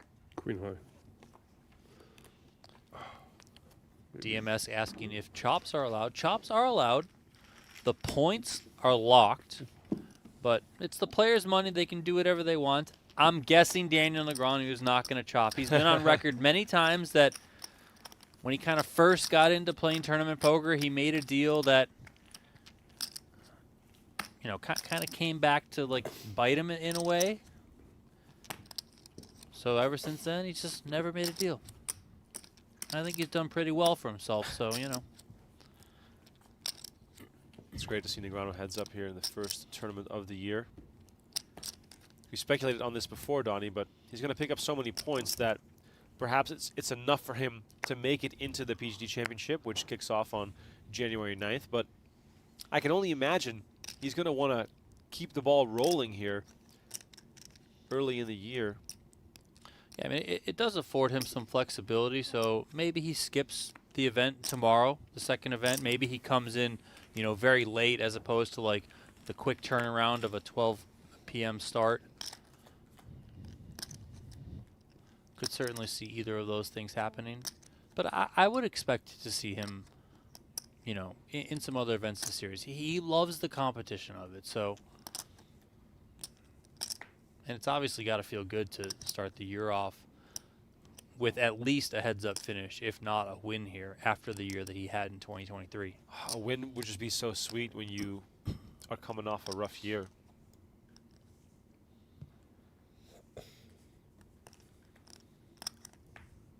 As I said, we're seeing some smaller pots here between the two. Negreanu again with the check mark, this time with king high. King high. Pick me again. And queen again? Yeah.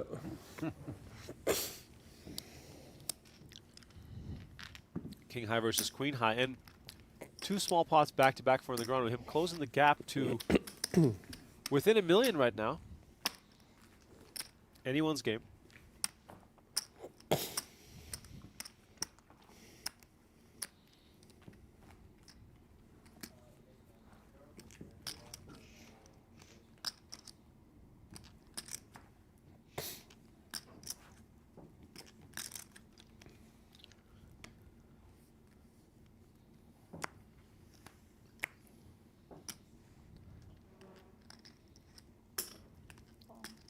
Garbage hand for Negreanu, but still good enough to limp to see a flop. Of course, that influenced by the size of the big blind ante. You kind of really don't want to ever fold. Always want to try to see a flop. I wanted to fold this one pre-flop. I swear. I was like, I can't fold. It's too good a price, but I really didn't want to play. As I said. Myself. As I said.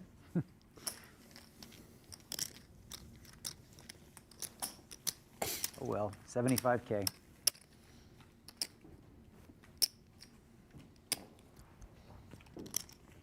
Waiting for a big clash to happen here, as the blinds are 75K, 150. All it takes is two mediocre hands, and I could totally see these two guys go after it.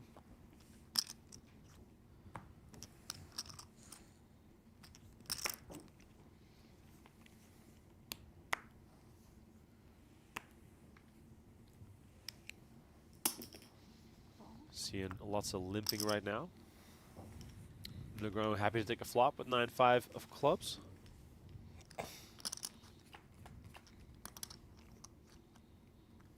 Open and a straight draw here for Negreanu.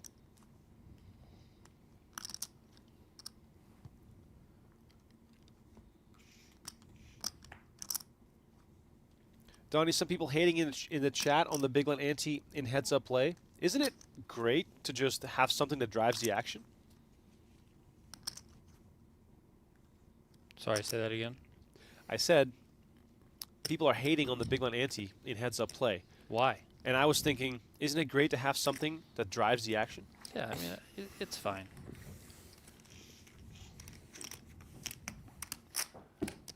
Got colder. I think They it's turned fine it to down? have it. Yeah, I don't think they did. It's okay. Well, there's less Won't people be in the long room. now. You're knocking everyone out, man. Well, I mean, we're gonna 1 and 2 in 20 minutes. And then, you know, like it's hard to fade that 1 and 2.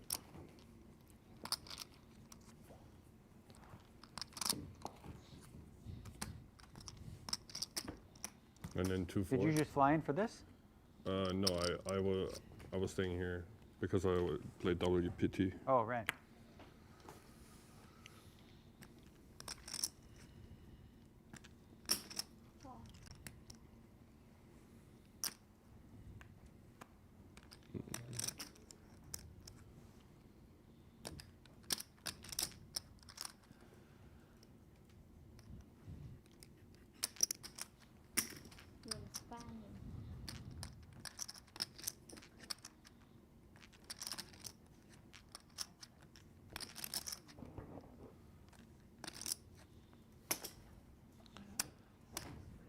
Negreanu going to limp call here on the button with the queen-8 off. Smiljkovic has the 4 deuce off.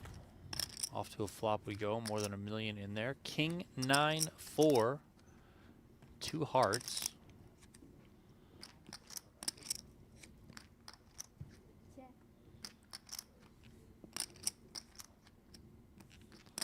Smiljkovic checking his bottom pair. Negreanu checks back. queen on the turn. That puts Daniel Negreanu back out in front. He's got the better pair of queens.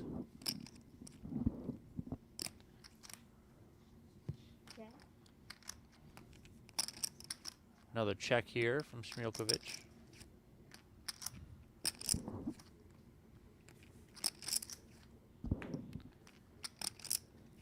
Another check back from Negreanu. King pairs the board on the river. Negreanu's hand is best as long as he doesn't fold here. Sizable 7-figure pot out there for the taking.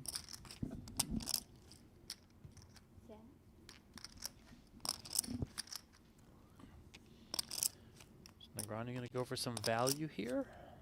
Looks like he is. 450. 450 is the bet.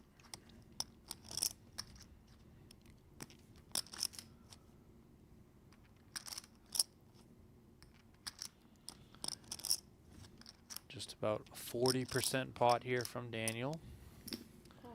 Smiljkovic is going to pay it off.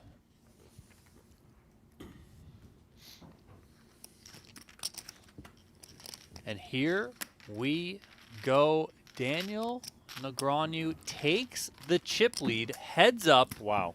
Against Daniel Smiljkovic. Event number 1, PGT Last Chance Series. 2 players left, and Daniel Negreanu is out in front. I mean, let it be known that over the course of the day, Negreanu was in the top 3 stacks almost the entire time. And right now he's back on top, so no surprises there. It's been a bit of a roller coaster.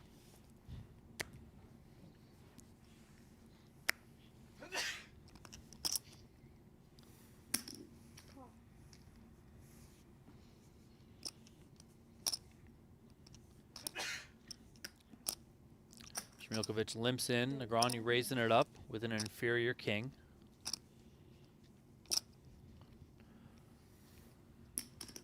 Smiljkovic going to come along, and another 7-figure pot out there. 1.15 in the middle between these two. Every hand matters so much right now as we see ace 5-6 on the flop here.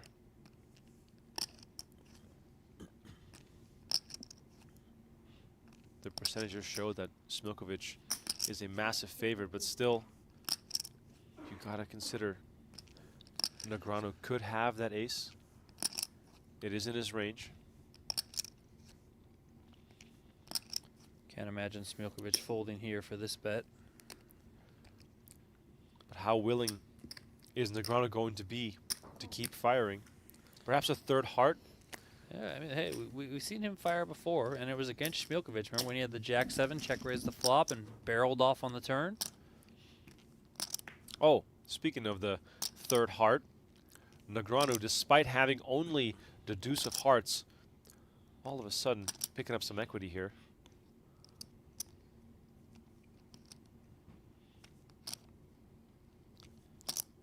$1.85 million in the middle. Daniel's coming with 750. Not making it easy for his opponent.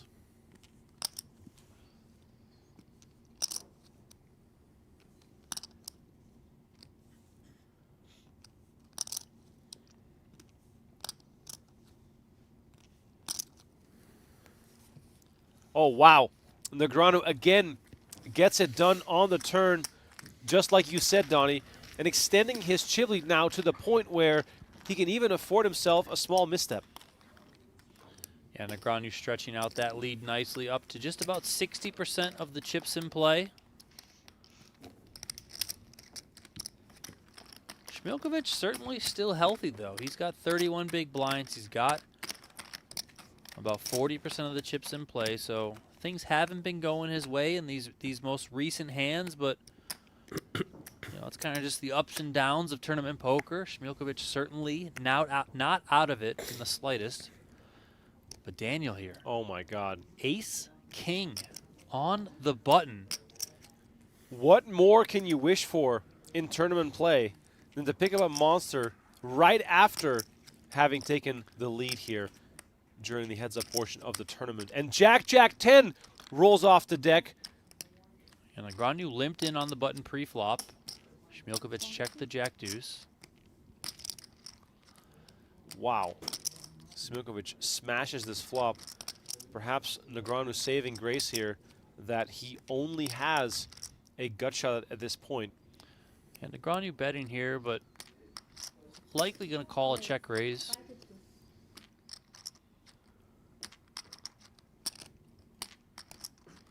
He's got enough of a hand here to be able to continue with this one. His hand could also just be good, right? You know, there are some hands that Smiljkovic might just be betting. Maybe Daniel thinks there's a chance that, you know, the ace or the king are good as well. A queen, of course, would seal it here for Negreanu. There's still, of course, the outside chance that Smiljkovic could have hit a full house in that case, but at this point of the hand, a queen is the only card that can save Negreanu.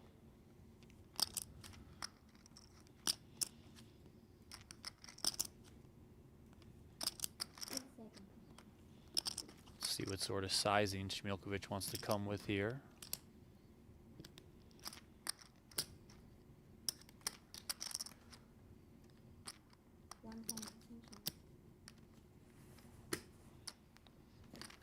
Going a little bit larger here. Looks like 1.3.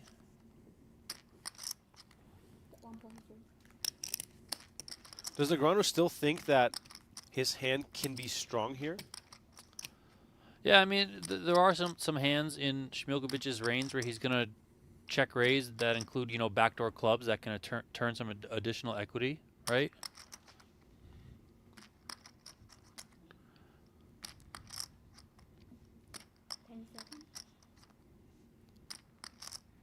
Negreanu is seriously considering something here, facing a bet of 1.3 million.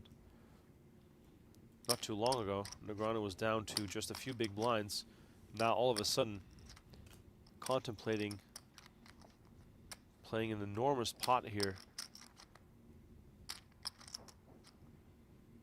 And we can see that he only has 4 outs against the trips of his opponent. Negreanu, oh wow, he moves all in. Jack, you win probably. Yep. Smilkovic snaps it off. Need a queen. And Daniel Negreanu looking for a queen and a queen only to win this one. If the queen doesn't come, Smiljkovic will have a massive chip lead, and all of a sudden, the roles will reverse. 4 outs for Kit Poker to seal the deal here. Only 9% chance, though. Massive long shot for Negreanu to take this one down. River card. Is a queen! Oh, there it I could is! win this one. I just felt it. Lucky year. Thanks, buddy. Appreciate it. I don't know what I'm doing on the turn. He said, fuck it. If you got a jack, take my money. Yeah. I win. Cool. Nice. So first time I won the first tournament of the year in my life. It's cool. Fun. Okay, what now? Give me some money. Wow, Daniel Negreanu closes it out in style, if you want to call it that. Binks the queen on the river. What an absolutely epic way to close this thing out. What an awesome final table this was. My name is Rem Kurinkama. Donnie Peters alongside me. We'll be back with more action tomorrow from the PGT Last Chance here at the PokerGO studio in Las Vegas. What an awesome night it has been. Thank you all so much for watching. Congrats to Daniel Negreanu. We'll see you guys tomorrow.